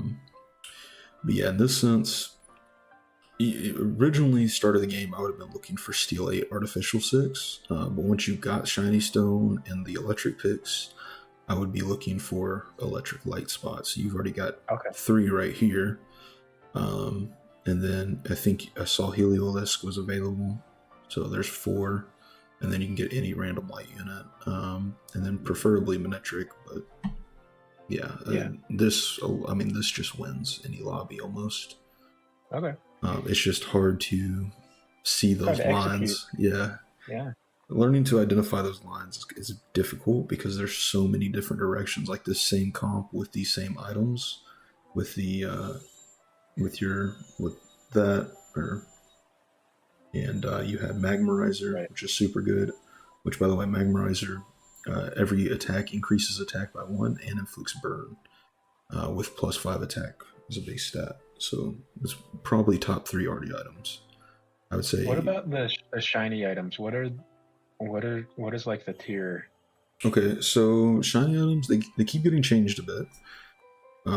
So previously Rare Candy was the best. It's probably not this case anymore, though it is really good for Baby 7 because if you get an Ultra and 2 Dittos early, you can instantly get a 3-star Ultra that can help you stabilize a lot. Repeat Ball is new. I haven't got to try it myself yet. I think it's really only one you probably want early game, like Shiny Magikarp round or something. Because it's essentially a Goldenrod replacement, but you have to do a lot of rolls before you start to get to like buy uniques in the shop and stuff, and get enough ability power to matter. So usually for Baby 7, this isn't great, but it can still be fine. Like you can still get 50% ability power, and it can give you it's like an upgraded incense in terms of getting units that match your synergy and stuff. So it's quite good for that. Dynamic Band obviously is always good, especially in artificial, because you can give it to Banette. We already did that before. and that's like an easy win condition, especially if you have Fluffy Tail. Rare candy, like I said, you can easily just get. I would always try to keep Dittos if you're playing in Baby 7, because if you do pop rare candy, then you just take any Ultra unit and instantly give it 2 Dittos and evolve it. Doesn't matter what unit it is, just stabilize and get it. So, Yeah. and pretty much and try to build around it. I mean, preferably you get one that helps you, but you can make almost any 3-star Ultra fit. And regardless, these things all have legendary plus stats, so it's always good to have. White Flute can be good to stabilize, just because you get more units on the board, a little bit more stalling, but that's also a little you know. Bottle Cap, same thing, super good. If you get it like early game, you can build, crit and just print infinite gold. But as far as getting it from Baby 7, it can be a bit hard to work with. It's usually best to give you gold to level up quickly, but also give you increased crit chance with like a Reaper Cloth Curlia or something like that. Eviolite, quite good. This is essentially the same as Rare Candy. Like, Manectric with Eviolite is going to have basically the same or better stats as doing Rare Candy to get Mega Manectric. Maybe even better stats on some of the Ultras. Like, some of the Ultras are dependent, but either way, it essentially gives you the same thing. Usually you want to give it to a 2-star Ultra, but obviously when you're trying to stabilize, slam it on something that you can sell. Because that's a ton of stats. 100 HP, 10 attack, 50 AP, 5/5 defenses. That's a ton of stats. So, Comet Shard is quite good, but it can be niche. You can essentially turn almost anything into an assassin and have it jump in the back line and distract enemies. Usually you want to combine it with things like Flame Orb to have increased attack, or Smoke Ball to disrupt their backline scaling if they're like a fire team or a sound team that needs to scale like that. Sacred Ash can be good, but this is essentially just max revive spam, so this is honestly the one I consider the least, depending on my comp. If I'm playing like Bug Flying, this is probably the best option most of the time. It gives you more triggers of the flying. Yeah, exactly. Okay. But also, if you're playing like versus a monster comp or something, then you're just giving them more fodder. So you got to be a little careful with it. Absorb Bulb's super good. You can make some basically like unbeatable win conditions with this thing. No, I guess I don't even need to log in. You just want to use like what? That's when you would use the Pokédoll, right? Yeah, Pokédoll's good, or just more defensive stats, or giving it to like Rock 2, Rock 4. Like sometimes if you give it to a unit like Stack Attack of 15/15 defenses, and it also gets the +8/+8, and a Rock 4 comp, like this thing, yeah, you're not doing much damage, but you're just gonna blow up anything that manages to hurt you. Right. You just become the wall of doom. But you give it to any remotely tanky unit, like it's going to be good. Groudon, any one range unit, and it's just gonna make it super tanky and also make it just a nuke, essentially like Wobbuffet style. So, really good item to get as well. Alright. But yeah, I mean, really any of them are good. I would say early game, if you have to choose, I would honestly mostly just consider like Shiny Stone and Dynamax Band and Absorb Bulb as your main 3 options, as like the best options. Because those are like the easiest to play around and make win conditions for various comps. Because obviously Shiny Stone, you just lean into Light Synergy and do some sort of crazy mana spam. Light Manectric has been quite popular in the meta lately. And then Rare Candy is usually better at like Gyarados are after shiny items. Then Rare Candy and Eviolite gain a lot more value. Early White Flute can be good if you want to go wild, like if you have a wild start, because they all get the boost as well. But Gyarados and after, these 4 and this one are quite good. You can consider Repeat Ball or Gold Bottle Cap early, but like I would consider Repeat Ball more than anything, because if you do, I think 100 rolls, you can start buying uniques out of the shop. Okay. which is kind of cool.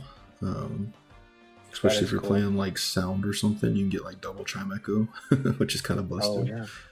Um, and then like late game, like if it's like Lugia shiny round, you're probably just looking for like these 5 items. So these 4 and then absorb bold.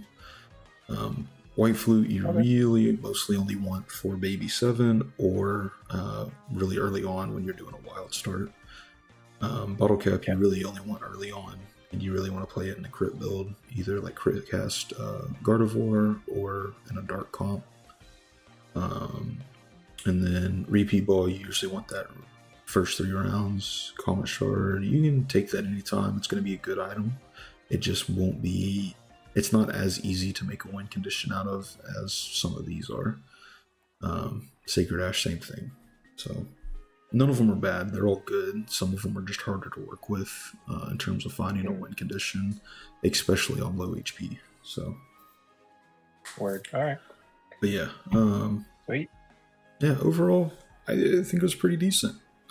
It just, like I said, there's a few things to polish out, but overall, I think we got a really solid chance if you win in this tournament because you're already doing like you're doing like in order to win a tournament, you have to be willing to take those kind of risks and stuff. So you're already doing the things that are required to actually get top 1 in the final tournament, which most people either aren't going to coach that because they don't do it themselves, or they're not going to know how to navigate and pilot that. And you're already getting experience with those situations that you're not going to be sweating at all. You're just going to be going crazy and crushing them. All right. Here's hoping. So, all right, let's see. Finding Curry's meme, Dynamax Aaron, even better now. Repeat ball is good for hyper rolling, but it's actually quite weak early, I find. Okay, you can see there's a guide on Discord, lots of details on team build, synergies, and comps. Yep, Apple Juice's guide, super good to read. Bennett loves that one. Do the 3 white flute mons get wild 2 by default? If you don't have any other wild mons, no, they do not. Comet shard on low pony goes crazy, very true. Comet shard on a lot of units can go crazy, especially if they're already assassins, like a B sharp or something that's already going to jump back there. Then it's just free attack and protect. So they take current active wild. Yeah. Any tips for dragon early game? I have a video outlining exactly how to play dragons, and like that's still pretty accurate today. You don't want to do water 3 early and fish for Magikarps is the main idea. And then slowly pivot into dragon. Helps if you get the ice dragon Excalibur region, because it just gives you an extra early unit. You can usually get like dragon 5 before Gyarados. But yeah, I would watch that video on my YouTube. It shows you, it's orange background, shows you how to play dragon. So, all right. Overall, it was really cool. Thank you for the follow, Zen Cage. Appreciate it. You want to do some Catan? Yeah, let's do it. Pivot over to that. All right. Let me do this. All right. Again, Artie, thank you for the tier 1s. I appreciate it, man. Are you gonna be able to share your screen with me in this call? Yeah. Oh okay. So we should be fine then. Yeah, we're getting a lot of alerts. Hold on. Oh, it was me. I just followed you on Twitch. Oh, hey, thanks. I appreciate the follow.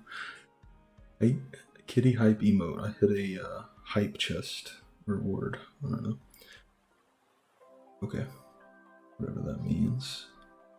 Activity feed. Oh, we hit our followers goal of 200 followers. Thanks to Zengage and Ivy. Thank you. And we had a hype train. Crazy. Oh, sorry, Zengage. You might get an ad. There's a little bit of pre-rolls at the moment. We're about to pivot to Catan. So I'm going to go ahead and throw a 3-minute ad to turn off pre-rolls for the next hour as we get that set up. So we'll be right back.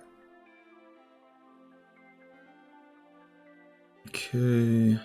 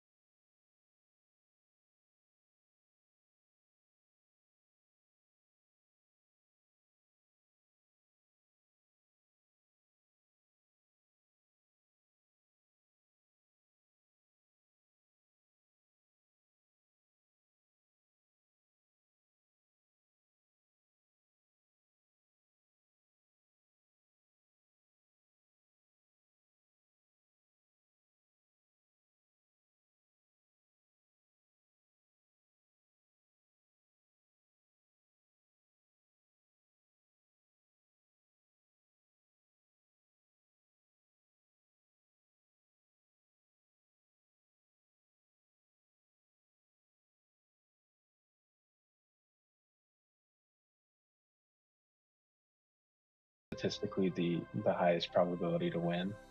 Okay. Well, that's pretty cool. Let's see if we can do window capture. Okay, should be good there. Perfect. All right. Sorry, I'm just getting it set back up. Ad break ends in 10. Yeah, I know, no ads for the sub. Sorry, Artie. I was needed a drink and had to get set up. Oh, I didn't realize I got gifted a sub. Yep, make sure to thank Artie if you got a sub. He gifted 6 of them, which is crazy, but thank you. All right. So yeah, we're just doing a bot game of Catan. Noble Jordy, appreciate the follow, my man. And then Ivy's gonna be coaching me now. So let me go full screen here. You can still see everything okay? Is that right? Yes, sir. We're looking good. Perfect. All right. So I think first thing I gotta analyze is the board, the tiles.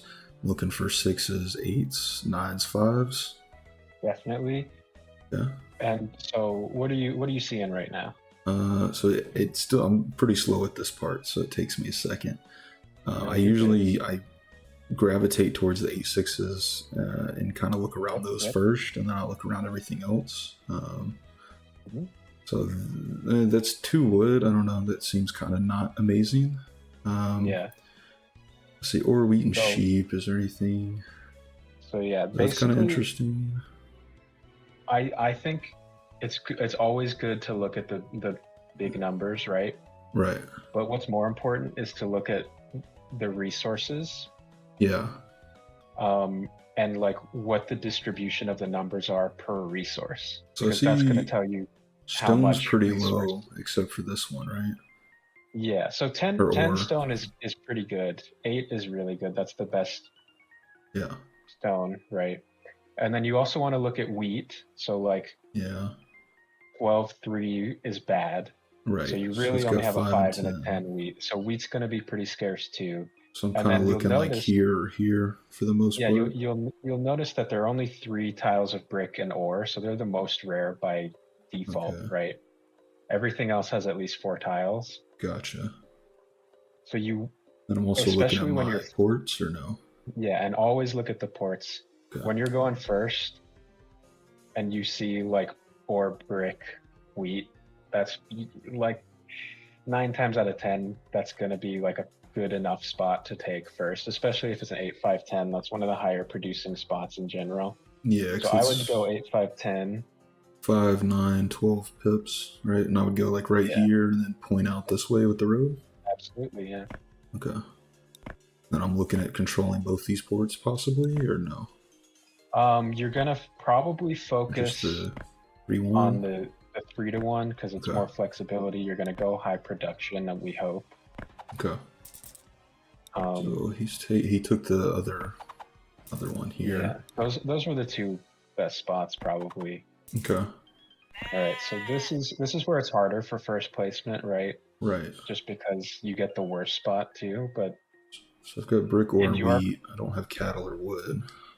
Yeah, in your position, like I think you just want to take the only 3 hex spot left. Right here with the wood, green. Yeah, I'm looking because 11, 12.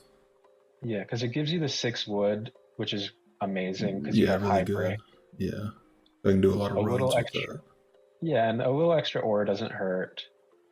A little extra wheat. You're also denying green and pink that expansion spot. Up, right?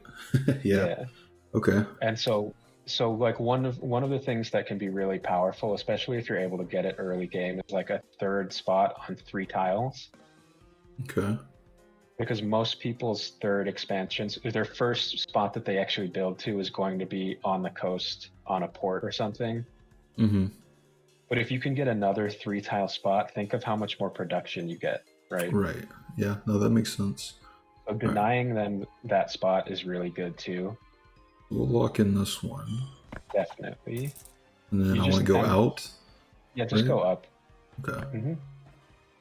You're not going to build there first. You're going to build towards your 3-1 or your brick port first, I imagine. That's what I was thinking. Okay. We just do our roll. We roll a 7. Oh, I did. So Yep. So I got to move the robber. So the robber is one thing that I didn't like. It just locks down just this tile, or if there's like Mhm. 2 10 ores, does it lock down both of them? no, just the one. Okay. So wherever it's on, that's what it blocks. So do Typically early I? game, yeah, one of those spots, either the 5 or the 10. Personally, I would Thinking probably lean I kind 10 of have a because 10, monopoly on the ore, right? yeah, So exactly. You control all the ore if you block yeah. the 10. Okay. And like wheat And is then, something that I need to trade for potentially, anyways. Right. right.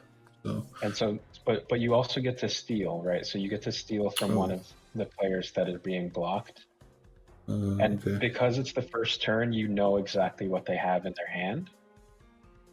Okay. So he And you need has sheep, right? Because yeah, that's the only need resource you cattle. don't have. So you got to Okay. steal from Green. teal. Oh, from teal. Or, well, you can actually check up in the log on the right, and you'll see what they have in their hand. Oh, okay, okay. If you Oh, scroll up. okay. I thought it was based on the tiles you got. You just get a random hand. Okay. No, I no, no. see now. It is based on the tiles. It's based on the second settlement.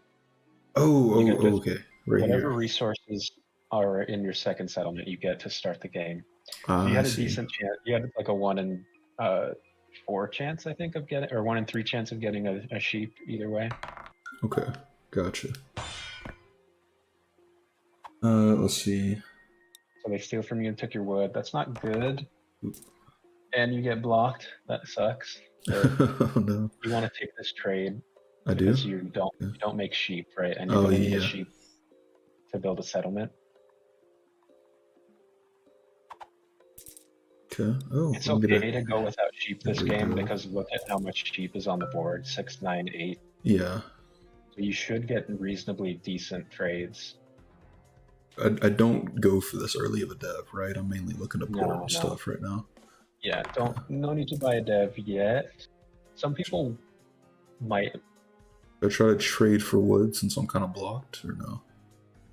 So this is a good decision, like tree to follow, because you have options here. Because you could buy a dev and it would probably be a knight, right? And you'd be able to move it.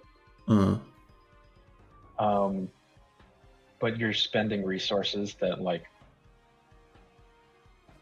you might want to keep because you're 2 ore away from a city. sure. Yeah. Which, if you can get a city Really before good. anybody else, you're in really good shape. So maybe I should just hold off for now Yeah, and just kind of see how I this might just next one wait. goes. Yeah. Oh, Oh yeah, and I can maybe trade for an ore or something if I don't get it. yeah, Okay. yeah. You just want to. I mean, obviously, you want to keep an eye on Ooh, the. 7. Oh, and Yeah, that's there all you for go. me. Perfect. All right. You just want to keep an eye on your hand. You don't want to be over 7 cards too often because I it's. want to take. Oh, never mind. I had an option to get another sheep for Yeah, wheat, but I I don't missed know it. if you need. You don't need that yet, though, right? Oh, Because you're okay. not going to use it, and you're just helping them, right? Gotcha. The sheep's probably going to be there. You Should I are looking try to for a pop wood a right now, city but real quick or no? Oh, I you didn't know you if I might should be. go for the like if I should try to trade a wheat for an ore or something. No one else has ore Yeah, today, except maybe I this don't guy. think so, right? Because a 10 hasn't rolled. Because or no, has a 10 rolled. It has. Red received So ore. people have ore. Yeah, they have ore. I didn't know if I should try to do a wheat or for ore and just try to pop one early or no. Yeah, that's what I would do. Uh, Try to get a wood or an ore, but ore would be preferable just because. oh, perfect. Trade with blue, I think. Or is green stronger? Let's look. So they both have decent access to wheat. Yeah. So it's not like you're giving them something they don't get. So I think you're safe to take it with whoever. I think blue might be a little stronger, but it's hard to say. Okay, we'll go green. It's fine.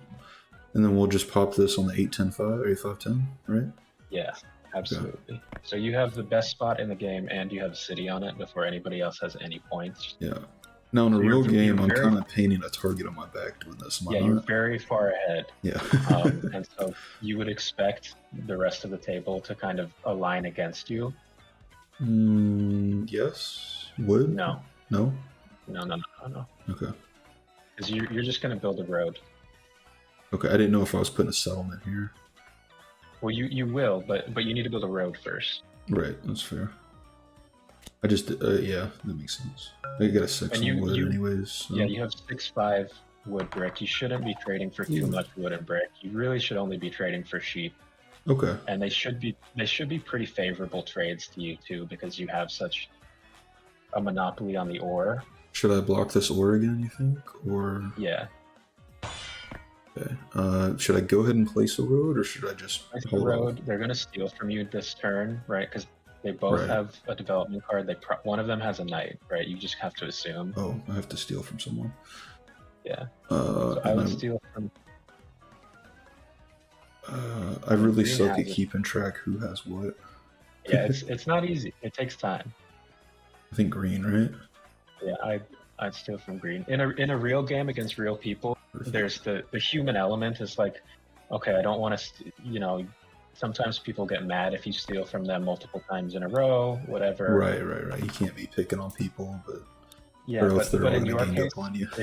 yeah, in your case, like they will pick on you because you're pretty far ahead right now, and that's expected. You should be okay with that. Yeah, I kind of. I mean, if I have this early, I would expect to get Right. kind of wrapped on a little bit. So let me see. Before I make another move, let me catch up on chat a little bit. Sorry. Yeah. Sub and Saul, you had 6 in the goal. Oh, nice. Yeah, well, appreciate it. Go start stream. Okay, Artie. Good luck. If you're still streaming when this is over, I'll maybe raid you unless Dav is streaming. Game name. This is 2sheep.io is the website. It's Settlers of Catan game. It's the one that Dav owns or something, I guess. So, but yeah, it's like essentially you're playing Catan on this. So it's the same game, just on a separate, easy, free-to-play platform. So, all right. Got a great UI too. Yeah, it's been this. Like I said, I tried the Catan universe or whatever on my phone, and this It's is way harder. 10 times easier to figure out. Yeah. Just after a couple games, so For sure. it's much nicer. So- and once I get used to it, I'm going to turn this to the minimal setting too, where it's just the colors. Oh yeah. Yeah. But, So you're sitting, honestly, like you're sitting pretty right now. There's not a ton to be done. yeah, They didn't play a knight, right? They didn't move the robber, right. which is intel for you, right? Because you know they probably don't have a knight because you want that 10 unblocked if you're green or teal. Mm-hmm. Yeah, so they probably have. They're either holding some sort of roads, or they probably have victory points, right? Yeah, they could have victory point. They could have a year of plenty, a monopoly, or a road builder. Gotcha.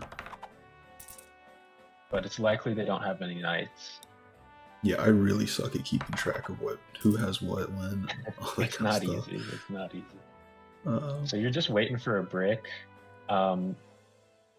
4 has rolled a bunch, so green may have an extra brick for you. okay. Oh, see, yeah, green just traded brick for wood. Okay. But yeah, he's still looking for more wood. Can I You edit could this? take this trade, but it doesn't really benefit you because Oh, then they're you already just need taken it. wood. Yeah. I was But if thinking they're- about editing it to be ore or something, but I don't know. But I mean, these are bots. They're bad. They're like, you never build roads like that in real life. Like this. Yeah. Yeah, it looks kind of funky. Well, it's just so inefficient. What does that road do, right? Oh, perfect. Oh, but you got Instant the settlement, perfect right? roll. Instant settlement. Yeah. Yeah. And then- now look at you. Now I have a 3-to-1 port. Yeah. Okay. You're cooking, honestly. This is an ideal start. All right. What am I building towards in the future? Am I looking to go this way or maybe to the 8-10-3 sheet? No, I can't do that because 2 spaces.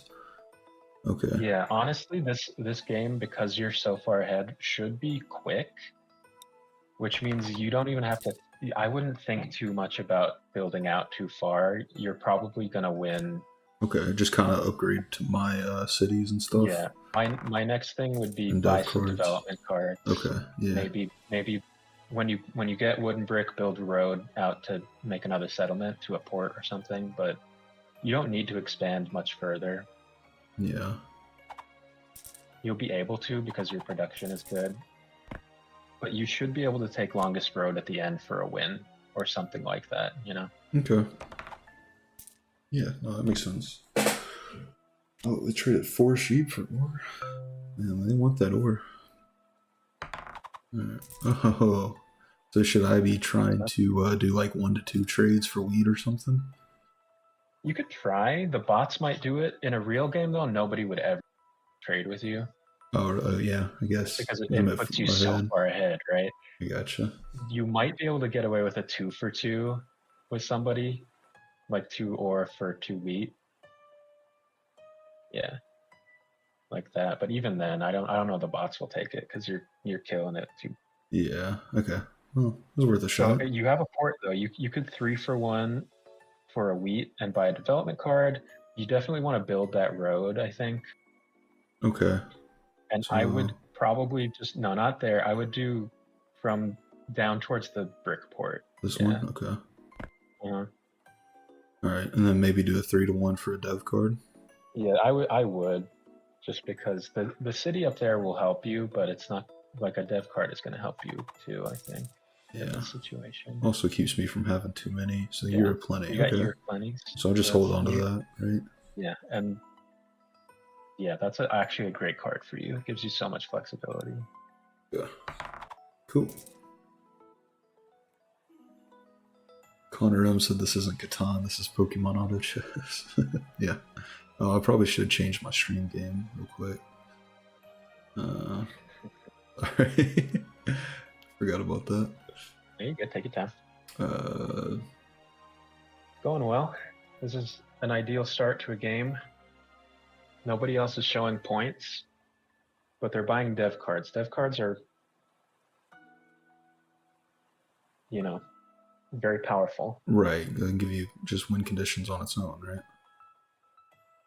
They can be, yeah, but it takes some investment. It can be slow at first.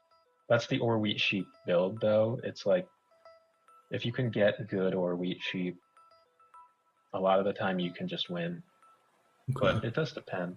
The thing about Catan that is different from Pack is people will collude against you, right? It's like Right. the table talk is really important because people can collaborate. Like you see purple is on 4 wood and green is on 4 brick. So like when a 4 rolls, the 2 of them together produce a road. So like if they wanted to coordinate, they could, and like trade somebody roads so that they could take a spot away from you or do something like that. Gotcha. Yeah, I noticed a lot of that when I was watching the replay on Dav's channel. Right. Yeah, it happens a lot more at higher levels. Yeah. The games take longer. That's when like table talk becomes really important because people get frustrated. You have to deal with like emotional players. Right. Yeah.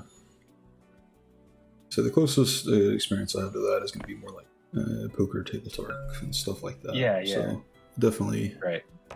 is a big part. However, I'm not not great at it for this game. So block the 5 wheat. Okay. Yeah. The wheat's hard to come by too this game, huh? Yeah. And then I would steal from Teal just because he has more development cards. Oh. So he's potentially more of a threat. Gotcha. You could try to make a trade for a or you could build another city, right? You have the Year of Plenty. Yeah, that's true. So you could just get 2 wheat. Is it here on the wood or over here on the That's where it would go. Here? Yeah, Okay. definitely on the wood, right? Because then a 6 and if you roll a 6 and a 5 in a round, you have 2 roads in hand, which is 2 roads is so much more useful than 1 road. Right. Okay. So that's probably an go option. ahead and pop that. Yeah, I mean, I think you're gonna win regardless. if this was a real game, you Would I might hold consider off? holding it Yeah, just to do because I'm so something ahead or to do something whatever. harder, right? Yeah. Yeah, and but you know, you can do it now, and it'd probably be fine. The other thing you could try Yeah. is to trade an ore for a wheat or a sheep, and then use the year of plenty to buy 2 development cards. I think I'm too late now. Oh well. That's all right. Yeah. So just build the Oh, okay. build the city, I think. Or you could still try to trade for a sheep and buy 2 dev cards. 2 dev cards is probably what I would do. Yeah, But the city is just like, it's just points. Because I'm looking here, nobody's played a knight yet, so you could technically take largest army pretty easily. Yeah. So if you buy 2 knights here, you're in good shape to take largest army. You got 1, and you got another year of plenty. Year of plenty is good, honestly. Yeah. I'm not mad at that. All right. Good roll here for a 5. Yeah, see, I would have thought to make the just more resource would have been my instinct, I guess. Yeah. But no, that makes sense because I've already got played two knights, right? Or no, I haven't played. No, I just rolled 7. I didn't play any knights. Yeah, you haven't played 2 knights, but nobody has played any knights. Gotcha. And so it's kind of there if you want it. Don't play one yet. Okay. Generally, I can still get year of plenty and do that if I wanted to. Yeah. Yeah, honestly, I think you might on this turn. We'll see what you roll though. Yeah. You could. You could also trade for a wood and build that settlement too. It is.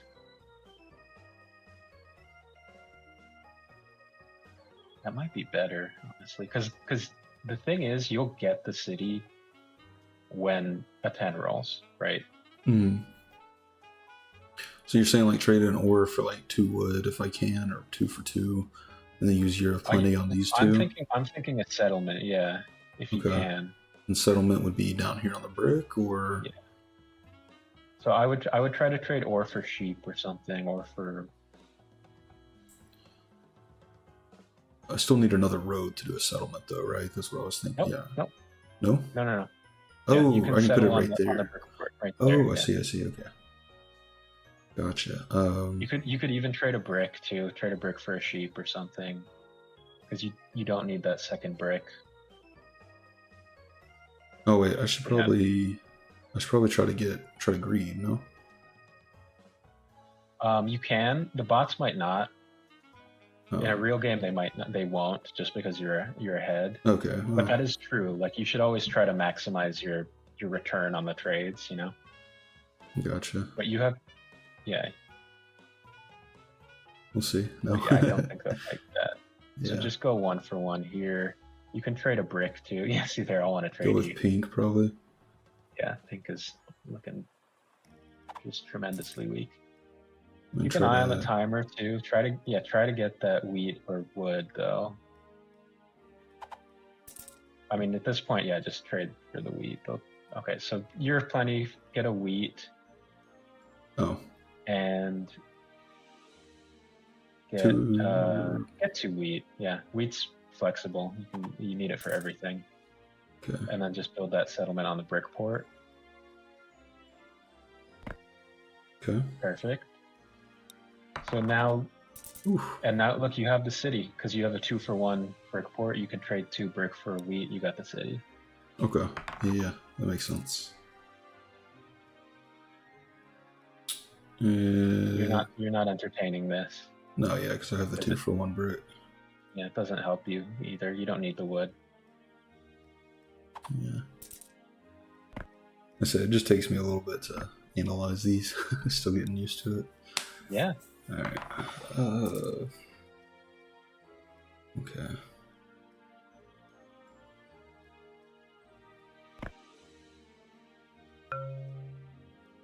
Should I risk a roll or no? I mean, you gotta roll. Oh, right. Okay. You have to roll before you do anything. And look, you got lucky. You got about as lucky as you get. I should go with the here, 12. right? Yep. Yeah. All right. And then because you have such high production, you have to start worrying about getting over 7 cards and rolling a 7 and losing half your hand. So I would just throw down a road towards the wood port. Or actually, yeah, throw it towards a wood port. Okay, I didn't know if I wanted to start building 5+ or whatever. But yeah, that makes sense. I can do. Okay. Yeah. I mean, both are valid. I tend to play a little more conservatively, which is funny considering that I'm like addicted to Baby 7 now. But yeah, my bad. but like I mean, this game is not in question. You're gonna win. That's fine. Yeah, like I said, these bots didn't seem very good. You take that actually. Oh, that trade. Okay. Well, I had that trade like 3 times so far. I hit no one every time. You still don't make cheap, right? Yeah, but I need cheap for development cards. That's right. And settlements. Yeah. Okay. I mean, it's fine. It doesn't matter. Whoopsie. But yeah, if you can get a sheep for a wheat, he'll look for that. You can buy a development card this turn either way. But yeah, so trade your brick in for an ore. I don't think anybody else has ore. Yeah, I don't think so. Maybe green does. Or I don't think they trade it with you. I mean, I actually think they have it, but you traded there it. you go. All right. Yeah. What's better for you? Pop. Now you got 2 knights. Should I go ahead and play one or wait? You can still wait. Yeah, you can still Just wait. in case they move that one on one of mine or something. You would think they would. In a real game, I think they're holding on to knights because there's no way there are 2, 4, 7 dev cards out and nobody has a knight. Right. Yeah.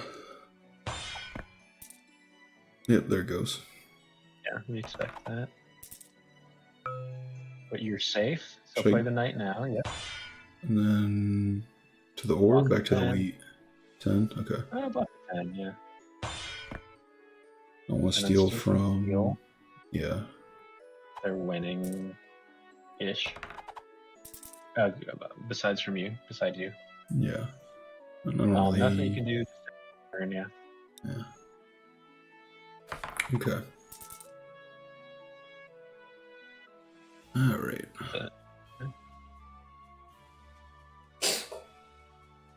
We're going. I'm learning. Like I said, I'm quite a bit worse at this than you are at PAC. So. All right. I would say there's less to learn technically in Catan. As far as like pure mechanics and stuff like that. Yeah, and just pure data, but in terms of the metagame, I feel like it's pretty similar. Right. How many points do you have? You have 6. Yeah. So you have 4 roads in hand right now. You could take longest road. You're rolling first anyway. It doesn't matter. But holy. I can do dev card and then 4 roads. Yeah, I would buy a dev card. I should try to trade with them first, though, right? Before I use the bank. Yeah, why not? Why not?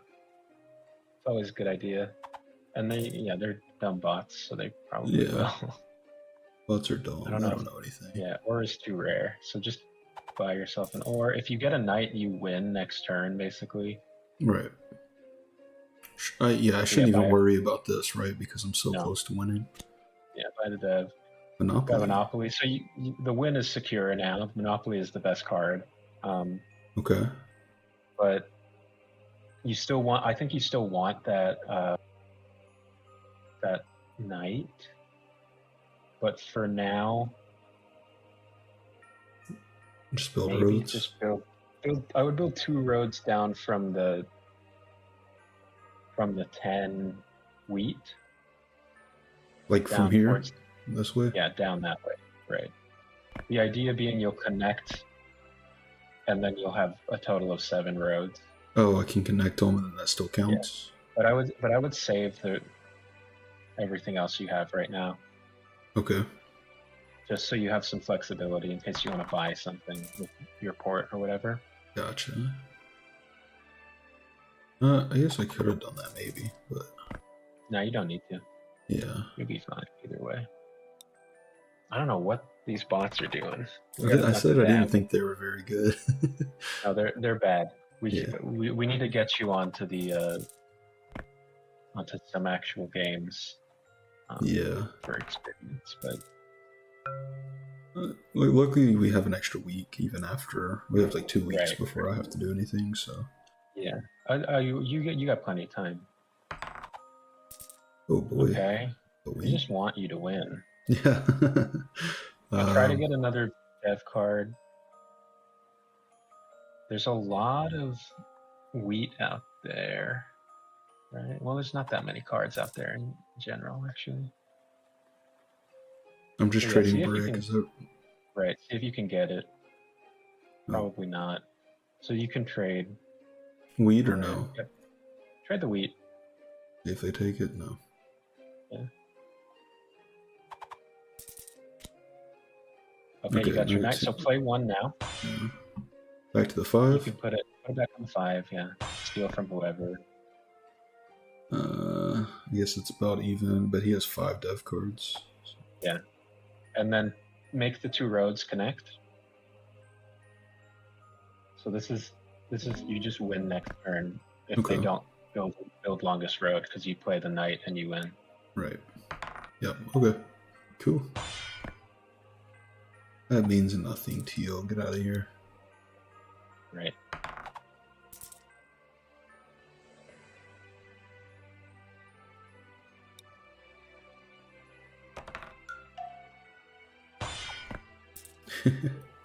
Doesn't matter. The game is over. Yeah, this is it. It's GG's. So you don't even have to roll. You can just click your knight and win. Boom. GG's. Alright. Well, that's bots. What can you do? Yeah, so dice is always interesting. Not much you can do about that though. You got pretty favorable dice rolls, but the 4 rolled a lot. So in a real game, that would have been really impactful. Okay. Because if you go back to the map, hit hide stats, yep. So there's that 4. Yeah, I have no 4. 4 here. 4 wood. Yeah.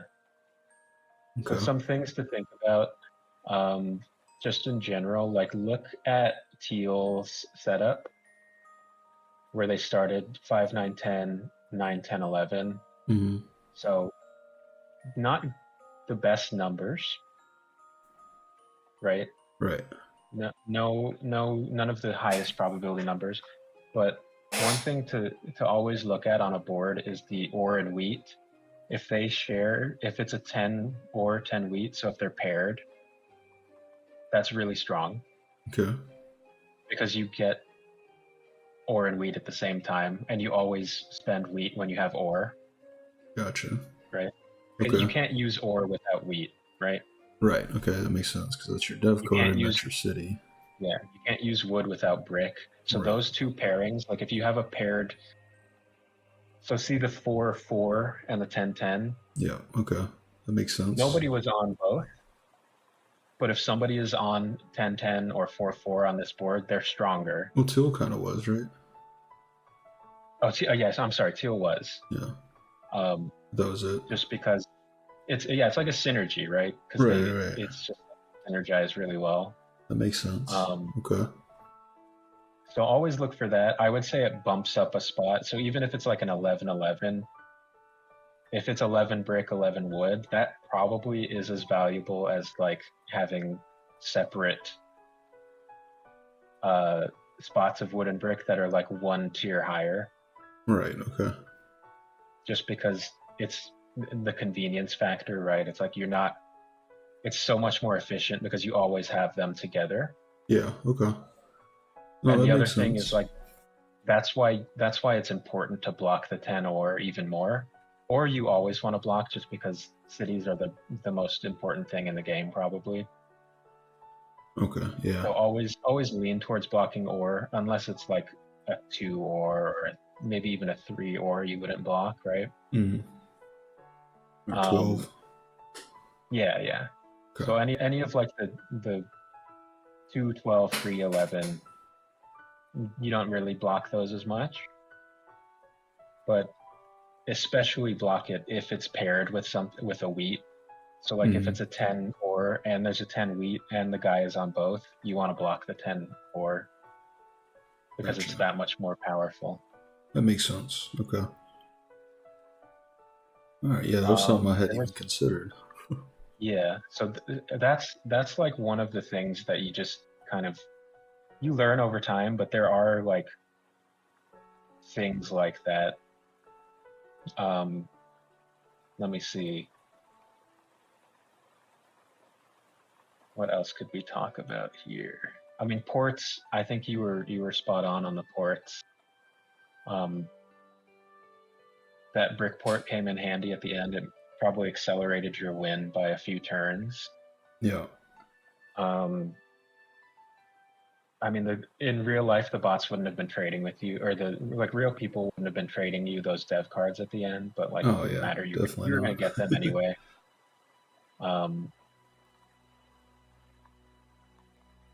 Generally, Yeah. things to think about though for Catan.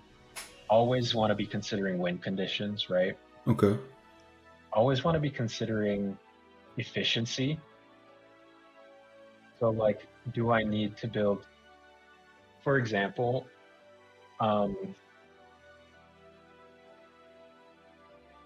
sometimes it's better to take a worse spot if you can take it now than to wait 2 turns to hopefully get like another road and then settle like one tile over or something. Because the points are points, and it's just like momentum. It's just like on to the next thing. Oh, that So makes like, sense. Yeah. you won't see a lot of roads like the other players in this game did in real games, because they're just like, why are you building roads 3 different directions? Build a road one direction, commit to that direction, make your settlement or whatever you have to do, and then on to the next thing. Yeah. Okay. Oh, that makes sense to me. Yeah. Okay. The other thing, this is like, this comes with practice too, but just knowing what, like tracking cards, card tracking is important, but also just knowing what your opponent's win conditions are too, right? Right. Like, are they going heavy wood brick, trying to take longest road, build a bunch of settlements? And if so, am I okay to trade them ore?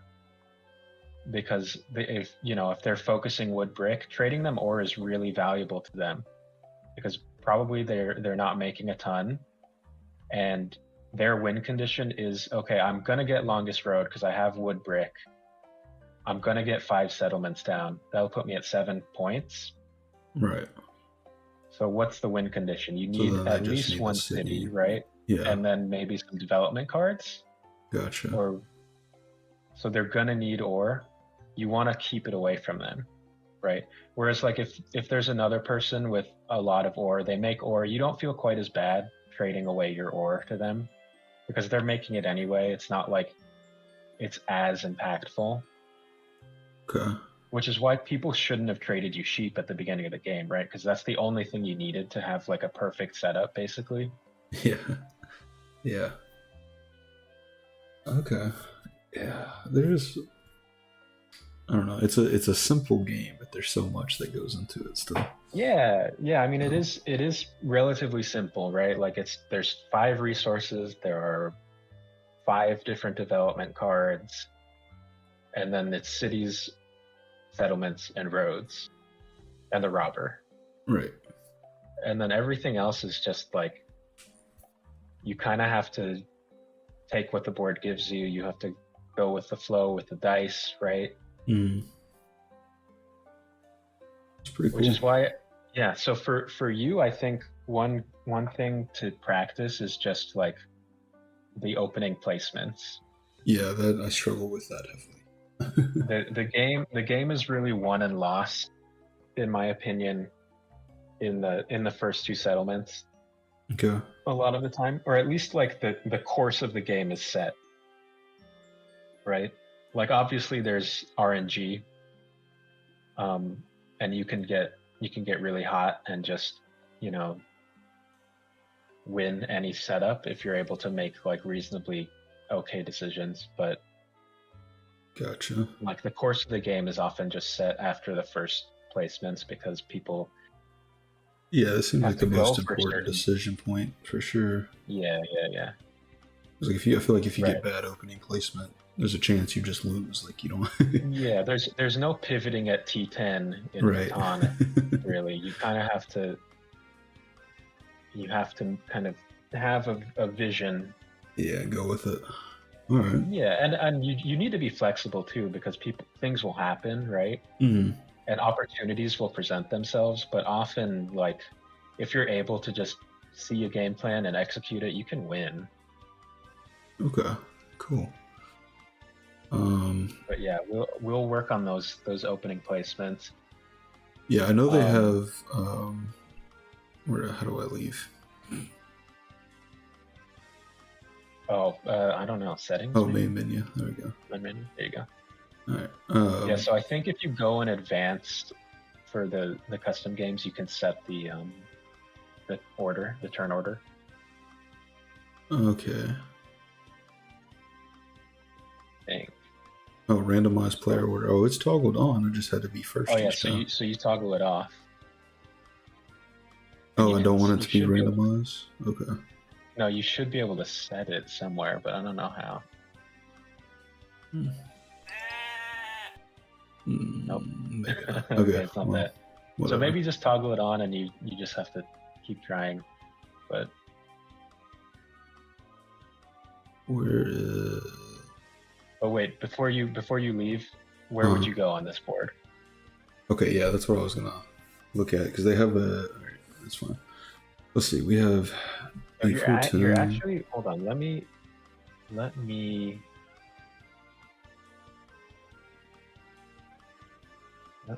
if I can invite you to a game, and we can do this like. I was gonna say they have the daily like board of the day puzzle or whatever. I was trying to review those, but this works as well. Let's see. There's an 8-5-10 again. Is this not the same board?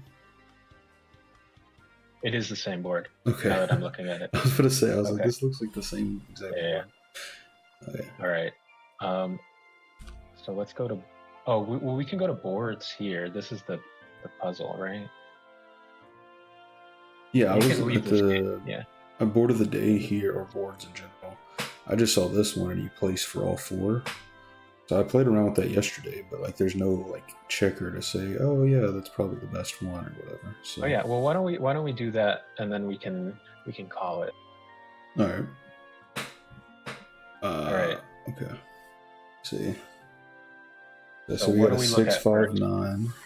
But we need to look at. Okay, so first thing we need to look at materials, how many, and the pips on them.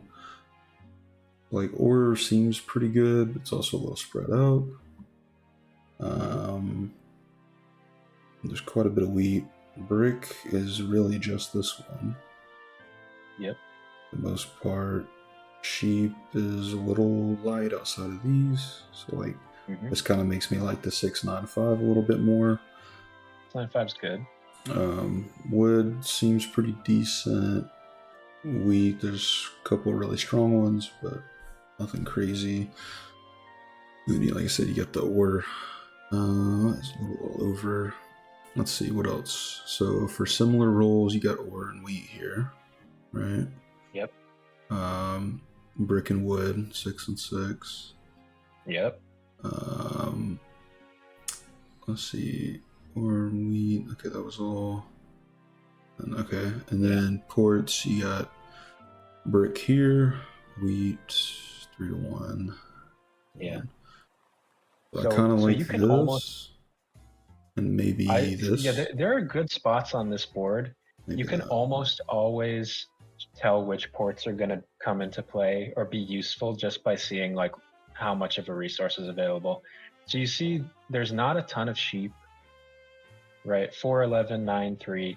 Yeah. But because the sheep port is connected to 2 spots of sheep, it still could be useful. Okay.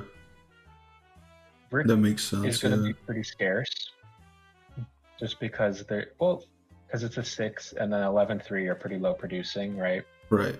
Brickport's probably not going to come into too much play. Okay. Woodport looks like it could be promising because you have that 6, 5, 10. And the woodport's down there, so it's connected to the 6 wood. What else? Oreport, situational. Usually you're spending your ore on cities and cards though. Yeah. Wheatport could be viable too. Just depends. Okay. But I mean, 3-for-1 port's always a good safe bet. Where are you thinking of going on this? I like how you called out the paired 6 wood brick and the paired 8 or wheat. Yeah. That's really good. A lot of people won't look at that, but it's important. So the main spots I was looking at was like the 659 with the 694, or the 845 with the probably 810-3, maybe 843. Yeah. And so as first player, you have to assume that like most of the spots are you're not gonna get a great spot on the way back. Right. And so what I look at is like, okay, I'm thinking 695, I'm thinking 694, maybe 843 or 810-3, something like that, right? Or 8510 even on the bottom with the wheat. Right. So what are my outs on the way back? Because I'm thinking, okay, if I take 695, right? Yeah. And I think if you click on that, so click on 695 and okay, well you placed it, that's fine. Oh. That's totally fine. Sorry. But did you see those colored circles? Hold on. So place the road, put the road, yeah, it doesn't matter. Oh, what is this? I don't know what this is.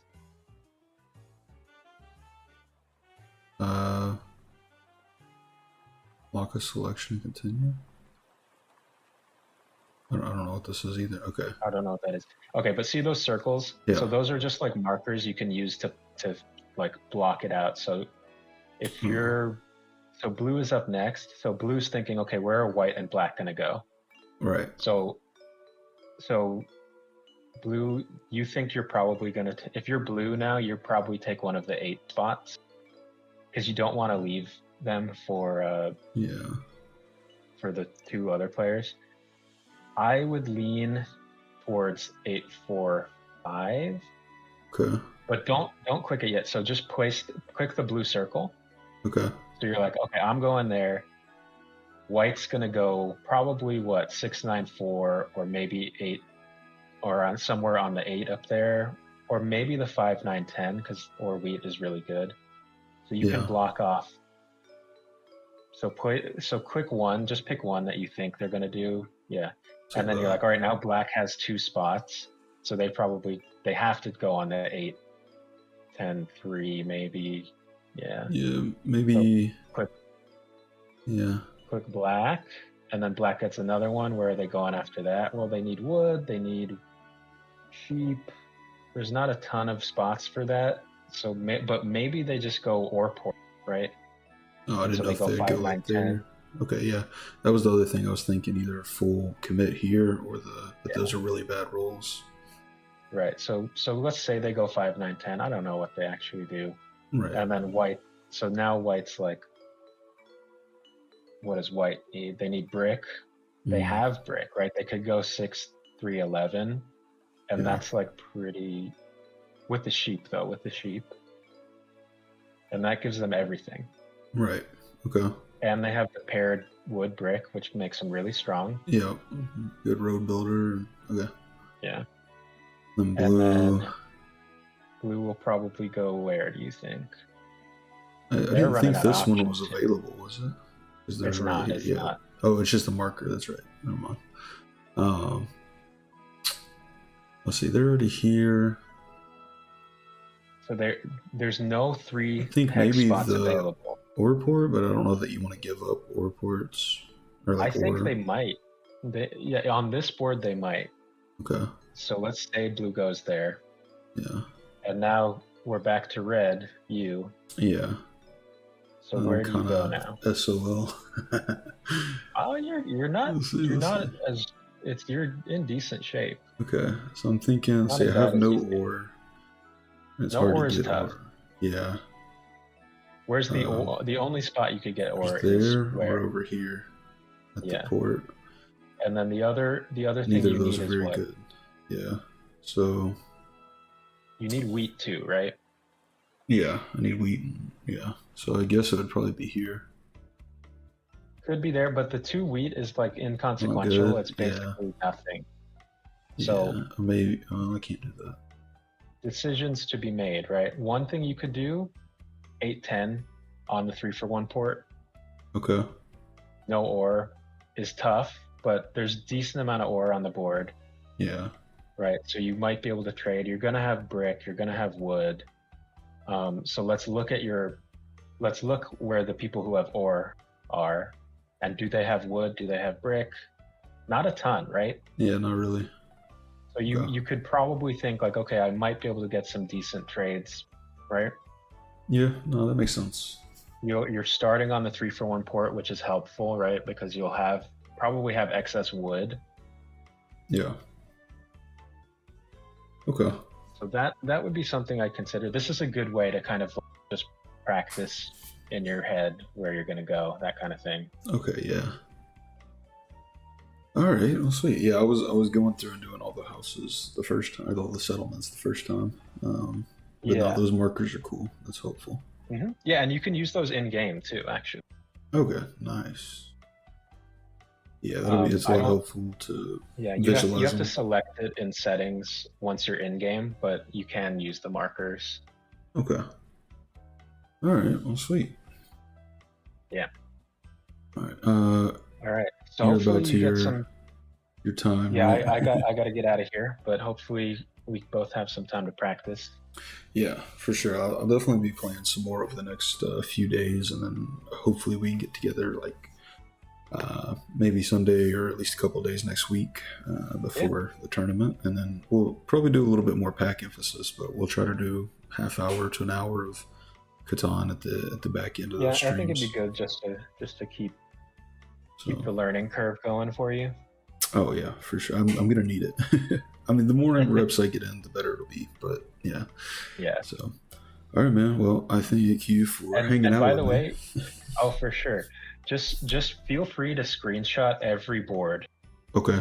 And send it, because it's like it's relatively easy to even if it's just like the first board before anyone's placed, just screenshot it and let me know what position you're in, and we can talk through like, oh yeah, first goes here, third goes there, etc. Yeah, definitely. Okay. Yeah, I think I can get a decent hang on it once I get enough reps in. Yeah. So it just the big thing. I think the hardest thing I'm gonna have trouble with is cracking, but yeah, but it becomes easier when you have more of an idea of like, okay, I know I want to go for this, I know I want to go for that, because then you're like waiting for those rolls. Right. Okay. And then it's like, oh yeah, okay, we didn't roll that, but I know so and so got brick last turn, so and so got sheep last turn, that kind of stuff. Yeah, no, that makes sense. All right, well, sweet. All right, dude. All right, appreciate it again. We'll get back together on stream, like I said, here sometime in the next few days, hopefully. Yeah. And then hopefully a few more sessions before the big tournament we got to get you prepped for. Yes, absolutely. Okay, which I think you're primed for success in that. So I hope so. Yeah. All right, man. Well, appreciate it again. Have a good day, man. You have a good one, and I'll talk to you soon. All right, bye.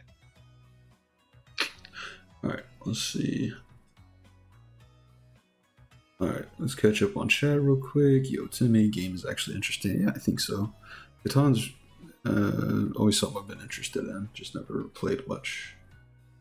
But so far, it's been really fun. I've only played like 3 games, and I'm already low-key addicted. Let's see. Yeah, stream pretty much died when I quit playing Pack. That's what I figured.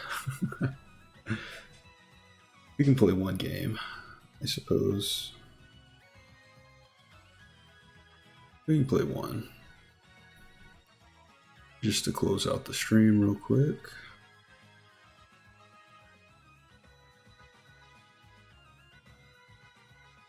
Alright, we'll stream snipe him. Easy peasy.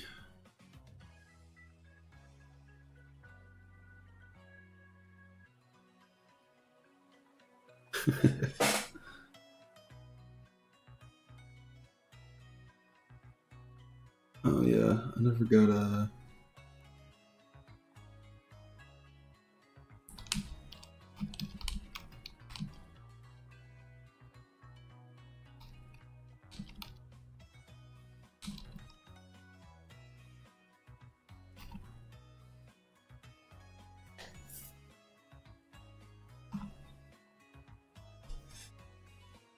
Whoopsie.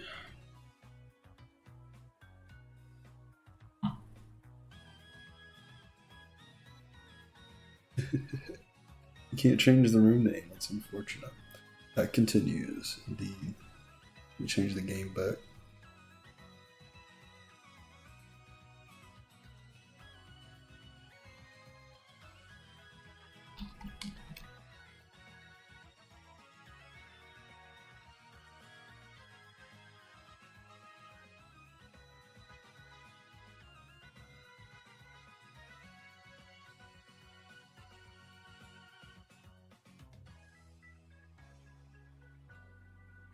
Bro's going crazy.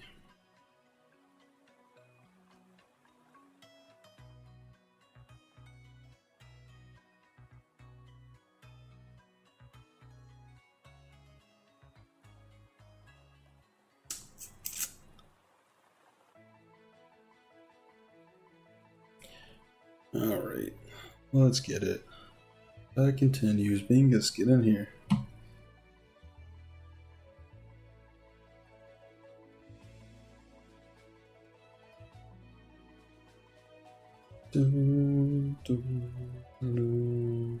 Alright.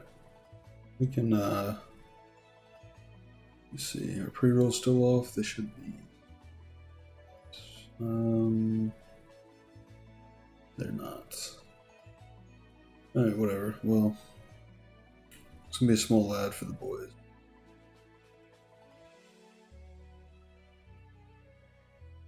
Sadly, in game, okay.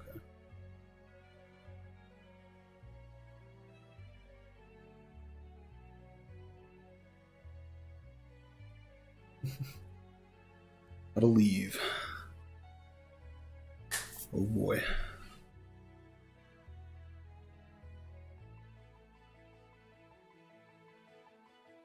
Alright, let's get it. No, well, it's not. Alright.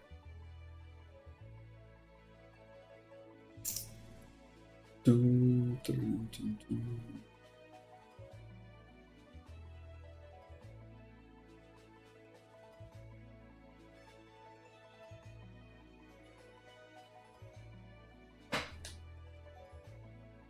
Alright. Good luck, have fun.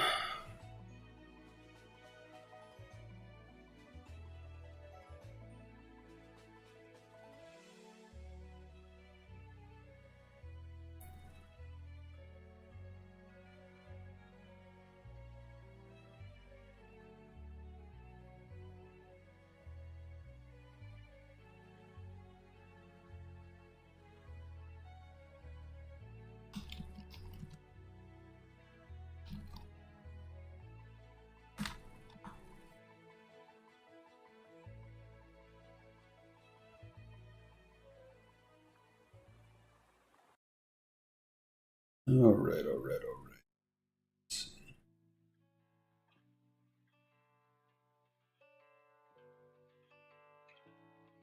Dun, dun, dun. Okay.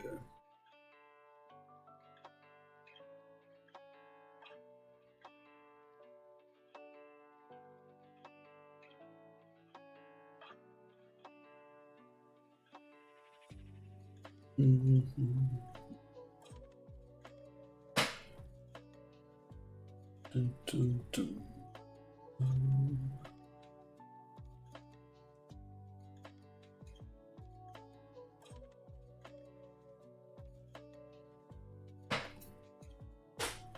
The menu. Come on, man.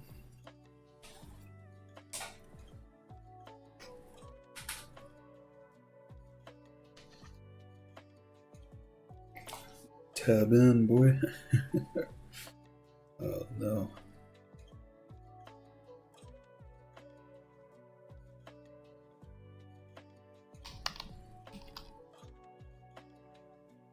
No menu. Okay. Huh. Not in the Discord. All right.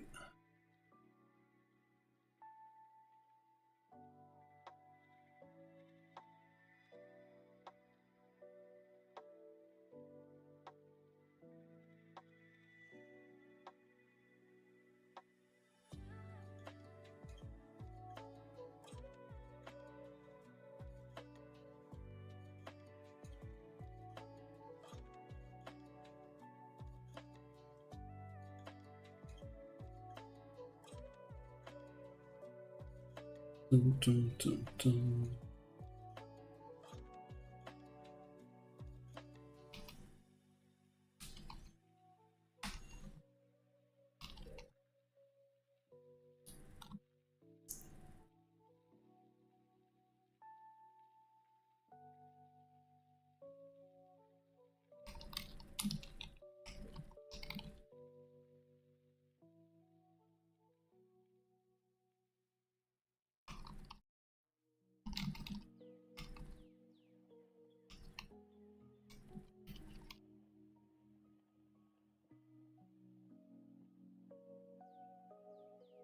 Oh, the 5-minute ticking timer.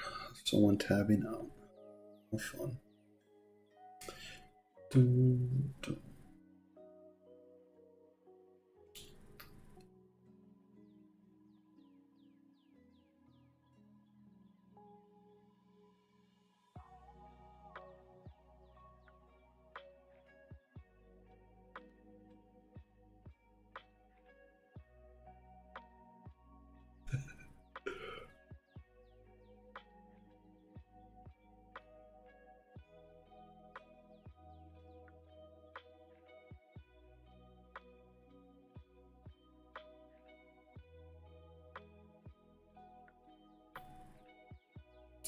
Dun, dun, dun, dun.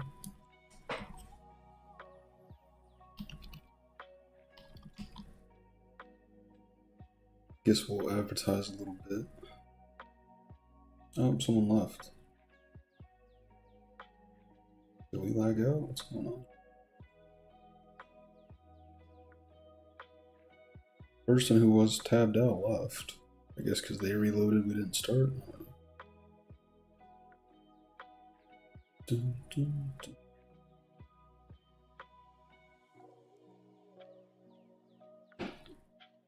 Finally, there we go.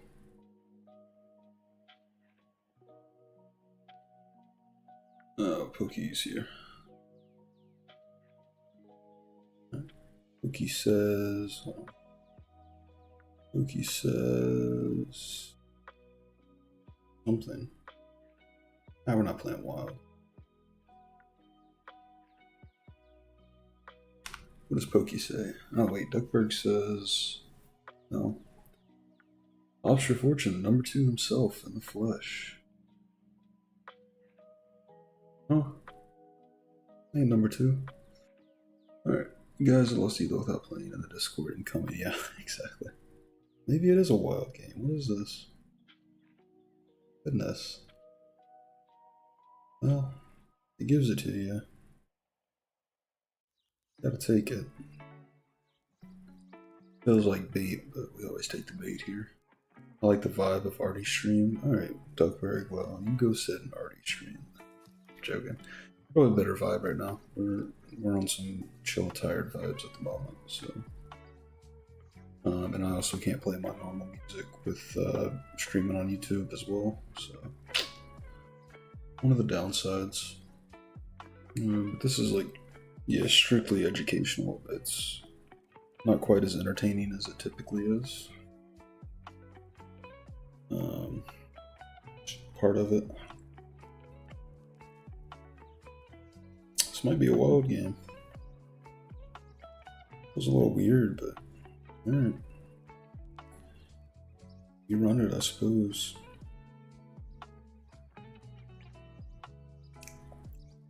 I think I should roll down here, yeah? During the PvE? Like I should. Maybe I should wait till Gyarados, I don't know. I'm gonna win, haha, okay. You're so deaf, yeah. You ready for a 6-player game? I bet second. What's up, Alfredo?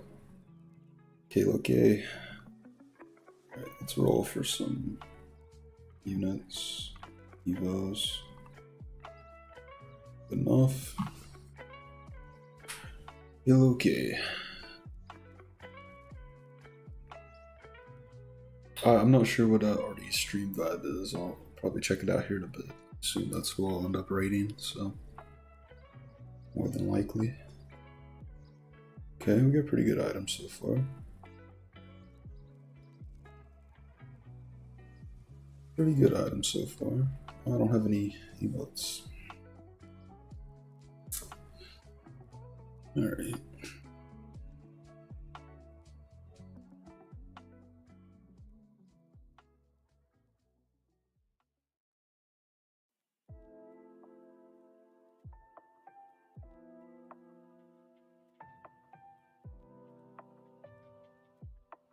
Let's do something like that. I don't think we want to do Wonder Box, right?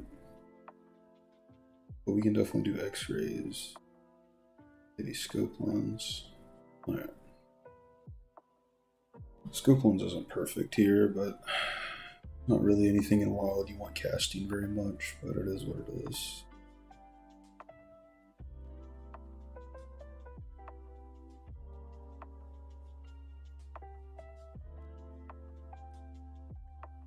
Really not anything you want casting very much. Make more glasses though. I could slam a Wonder Box, that would be nice. I'm gonna play Wild, I'm probably looking for a Dark Wild spot.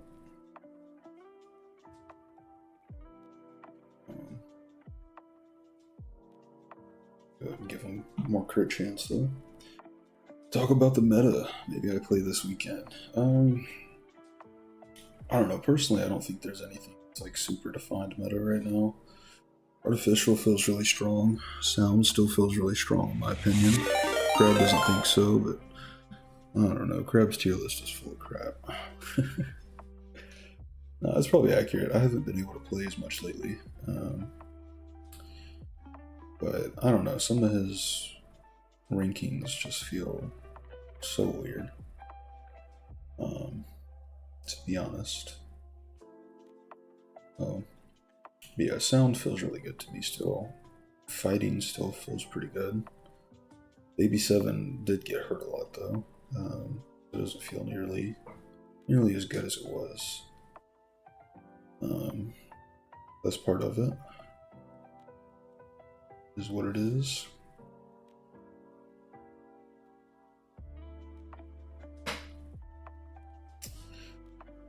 Let me see this actually. I don't know. Electric Light I think is pretty heavy meta at the moment, or just light in general, but especially Electric Light. And then I don't know, Rock. I don't know. Crab thinks Rock is pretty strong. I think it's same strength as it's always been, but yeah, I suppose if Electric's meta, it makes sense that Rock would be as well. I don't know. I think Steel and Artificial are both super good still. Amorphous Psychic stuff still feels super good. Normal feels better than in the past. Ghost still feels super strong. So, yeah, I don't think there's too strong of a meta at the moment. Begoni, appreciate the follow, by the way.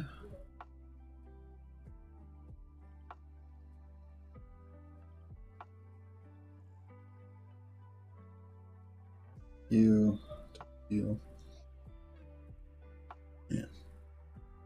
Crazy. Start streaming back again from Catan. If viewers go way up. Who'd have thunk it? I had to thunk it. That's yeah. I think we. I really feel like we want to get a dust down here and try to play some wild. I don't ever do wild.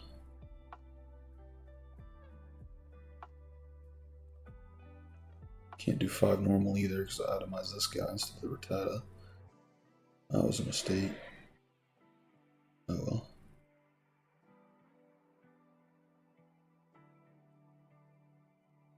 Oh well.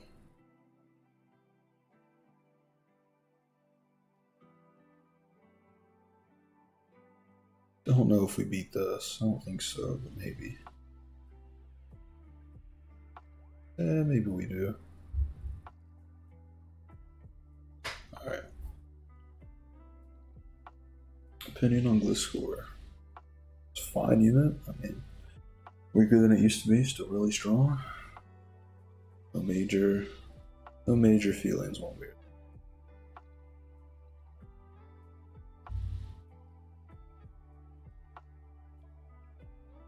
Alright, so we're gonna run to level 6 and try to hit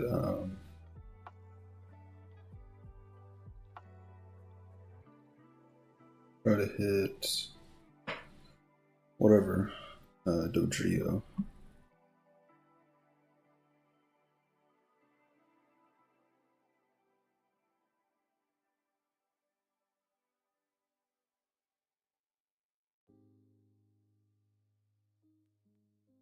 Well, that's good enough, I suppose.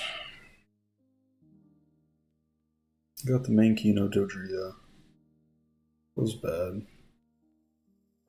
Maybe we do one more crazy roll. Alright, whatever.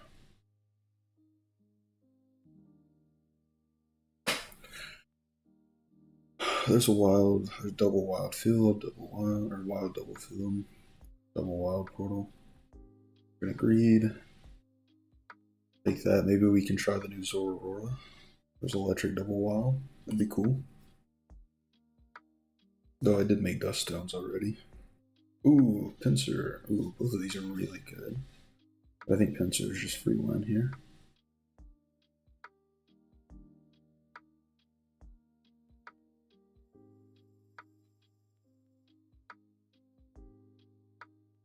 Do this. Give you this and this. You can have.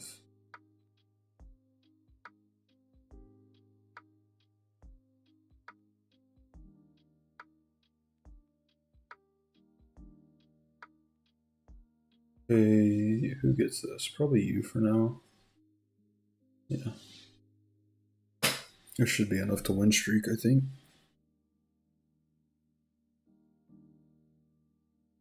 I think. We get 2 uniques that are spike boosted at 80% attack, so with crazy crit items. So. And we kept our region, which is super nice. Yeah, I think we're good.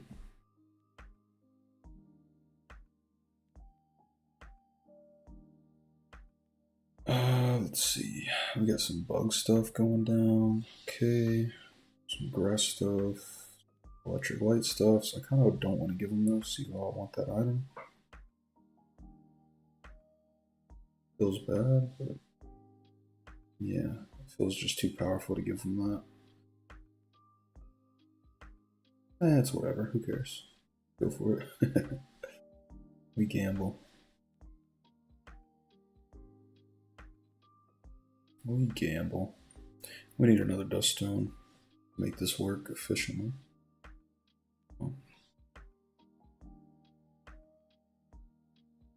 We didn't get the other region. My bugs are better, Stardust. Sorry to tell you, buddy.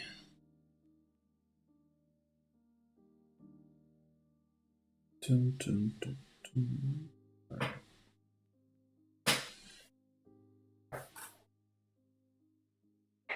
My bugs are better.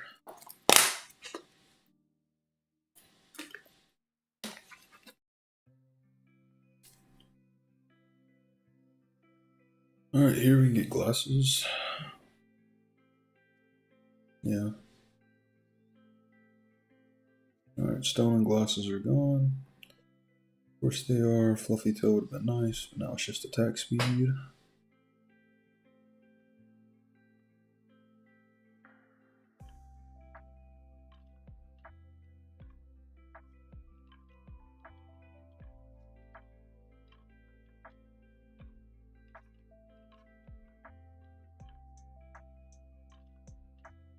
I could have rolled a bit at the last PvE, but I think I'll wait for Mewtwo. I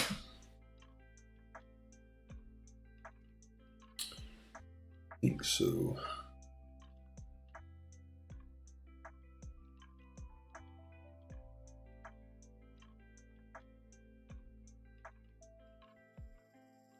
Okay. We should beat this pretty easily, I think. I think we outburst it before it can heal. Yeah. It'll get a little bit more challenging once he hits floor 6, but for now we're fine. Also, he has Tapu, which is really good. So, oh, there we go. There's a really good unit. I can go ahead and econ for this one round. I think. Yeah, because I'm not playing him this round anyways. So.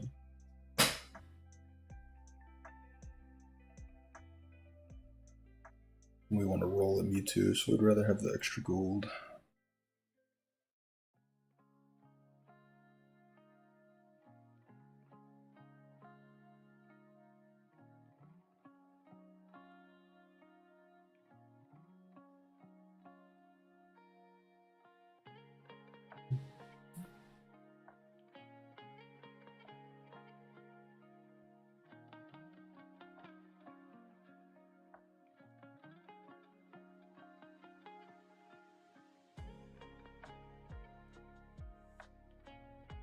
Alright, let's get ready to roll.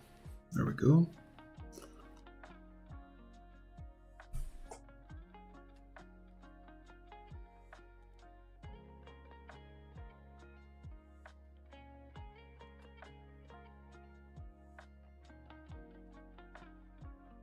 I don't think it changes anything.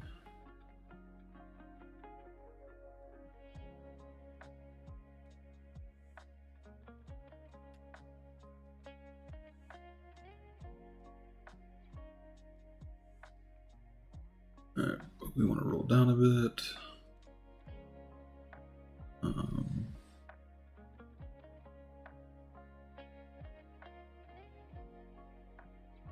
We really want one unit. We don't get it. It's fine. We can have hurt nothing. More X-rays or punching glove. Probably just more X-rays.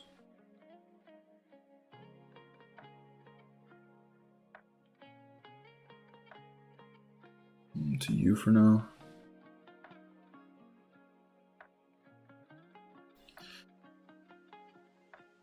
Feels bad to hold these units, but that's part of it. I guess we can go ahead and start replacing them. And I have to take the items back. Can't really do that at the moment, so we'll wait a second and we'll do that. So you'll go out, and I think you'll go out.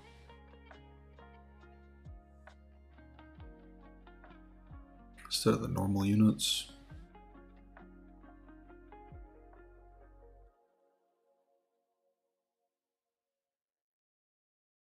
I think so. I think that's the play. Normal 3 shields are nice, but it's not that, like, insane.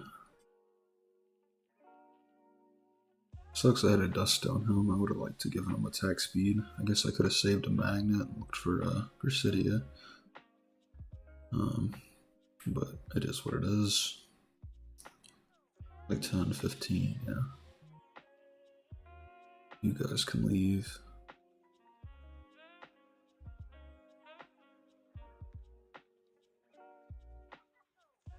You can come out, and you can come out.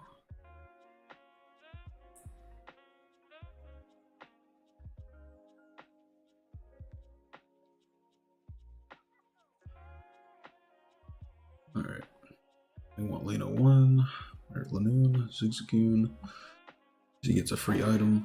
Always good to have him. Alright. Okay, Bug Poison's doing pretty well. Grass is doing pretty good.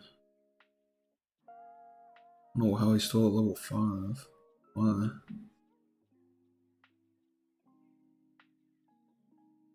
Alright.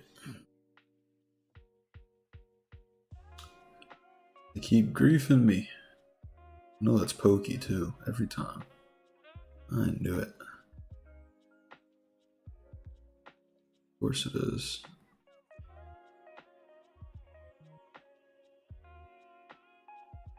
You don't need this many stones, Pokey. You butthole. Stop griefing me. You wonder why I don't like playing with you. What is this build? I'm about to flame you. You don't even need a Thunderstone here.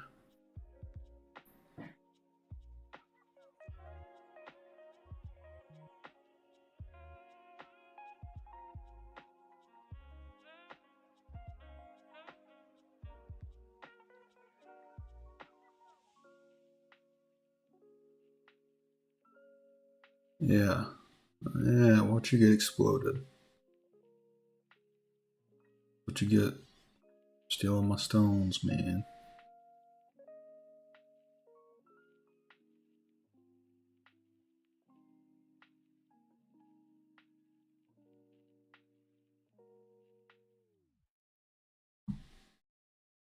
Oh, nice. Get both of these things. I think this guy's gonna be better than you. Nah, maybe not.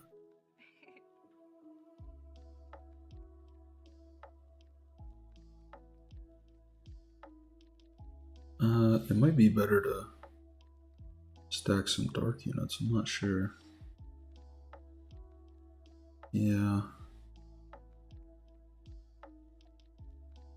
I think it's good to start stacking some dark units here. Try to get a Lichen Rock play. Oh, we lose these. Almost certainly.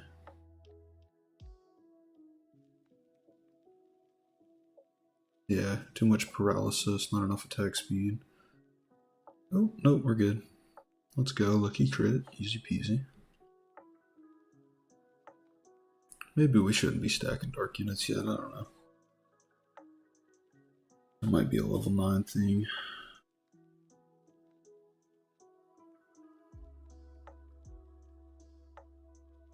Also got plenty of stuff that I don't think I need to roll for. I don't need to roll down here yet. Forcing Bug, Dark, Wild. Probably don't want to force Dark. I don't really like the idea of forcing another bug for him, but we kind of need to force something. Suppose I could do this. Give him one less bug portal. That's fine.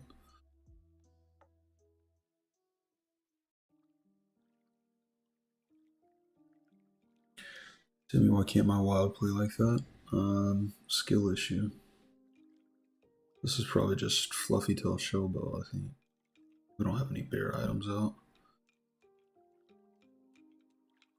Yeah. Alright.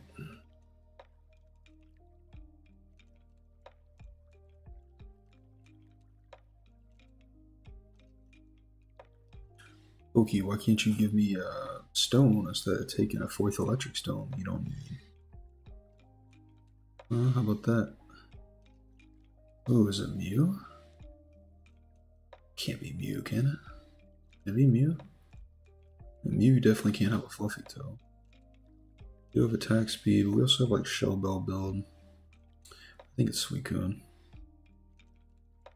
4 range is crazy though.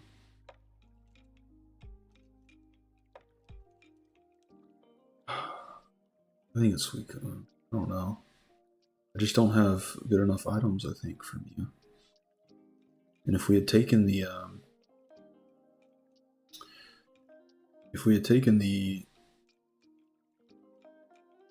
psychic unit.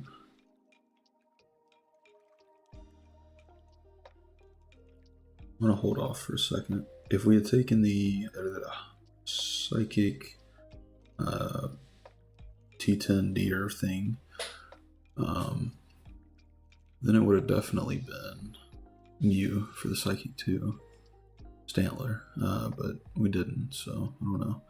Yeah, he might start winning these now. Gonna be close. Yeah. It was close. We can go ahead and do this.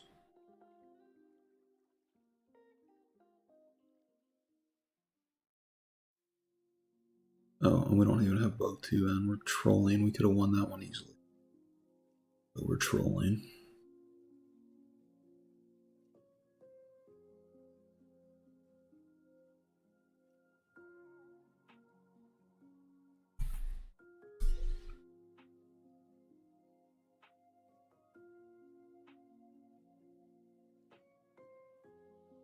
Alright, alright. What's the most fun synergy for you? I like playing babies a lot. Monster stuff is also pretty fun. Just a little goofy. No dust stone.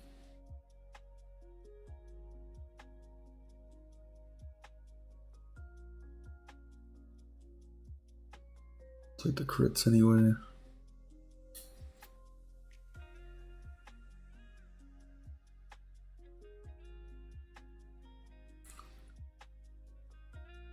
I think we might get rid of our... Yeah. We don't need the wild odds so much right now. We need, because we got most of the units we want. What we need is dark units.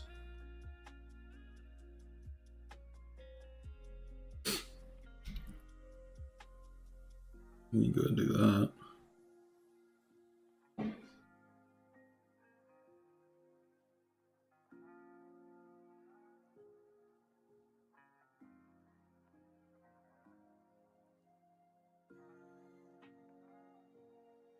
Yeah, we need dark units though.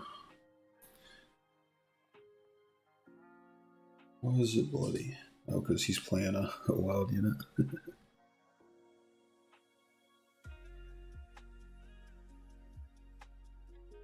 We got 3.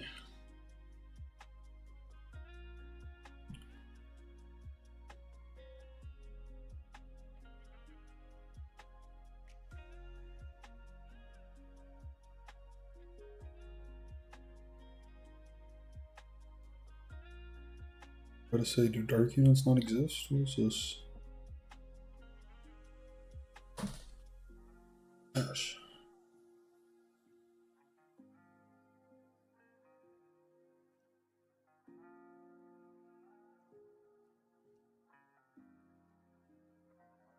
Alright, we should be good here. Yeah, we're still chilling.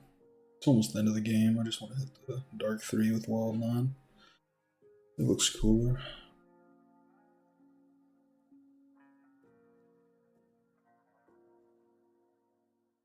Oh, 07 a pokey. Deserve for stealing my items.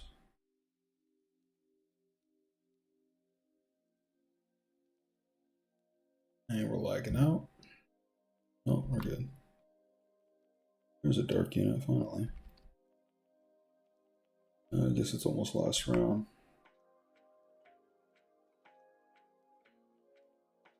Pet Rat's about to leave.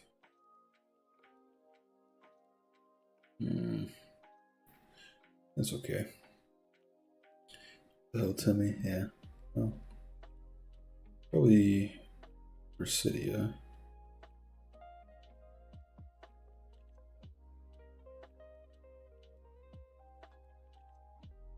You here and you here.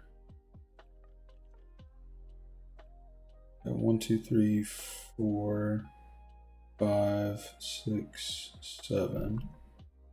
We need literally one more. Ugh. How annoying. Just help me out, game. Come on. Thank you. Jeez. Let me get the pretty in-game screen. That's all I want. I don't think they set weather. Yeah, no, they don't set any weather. Alright, so you're out, you're out, you're out, you're out. Oh, I gotta have him in, don't I? Maybe I don't have to have him in. We'll do it just in case. We should lose this round. But we should get our nighttime Lycan route. And then get Dark 3.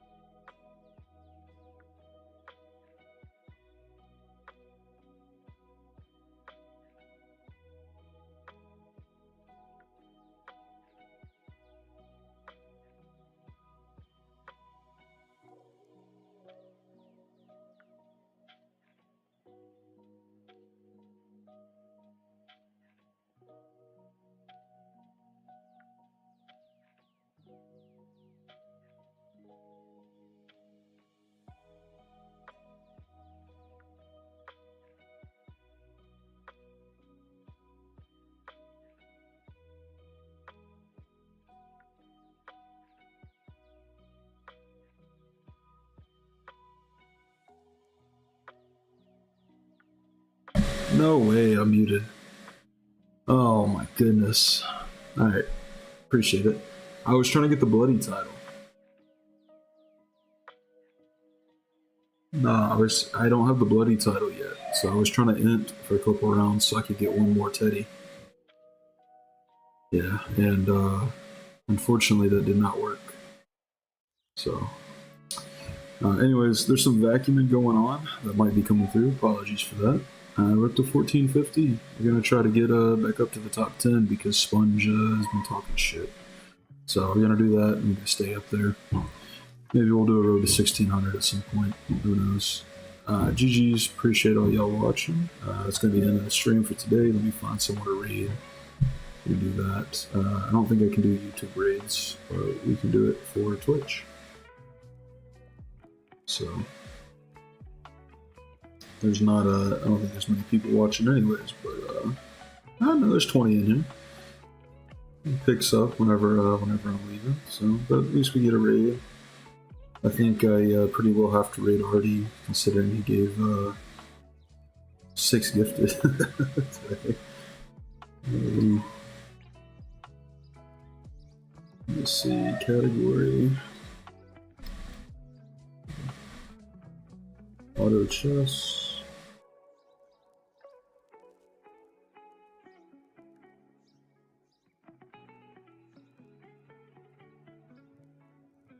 Alright, let's do it. Big raid.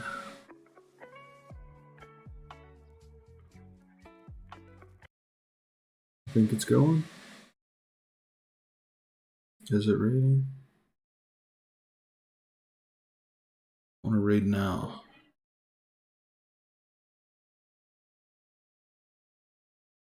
Alright.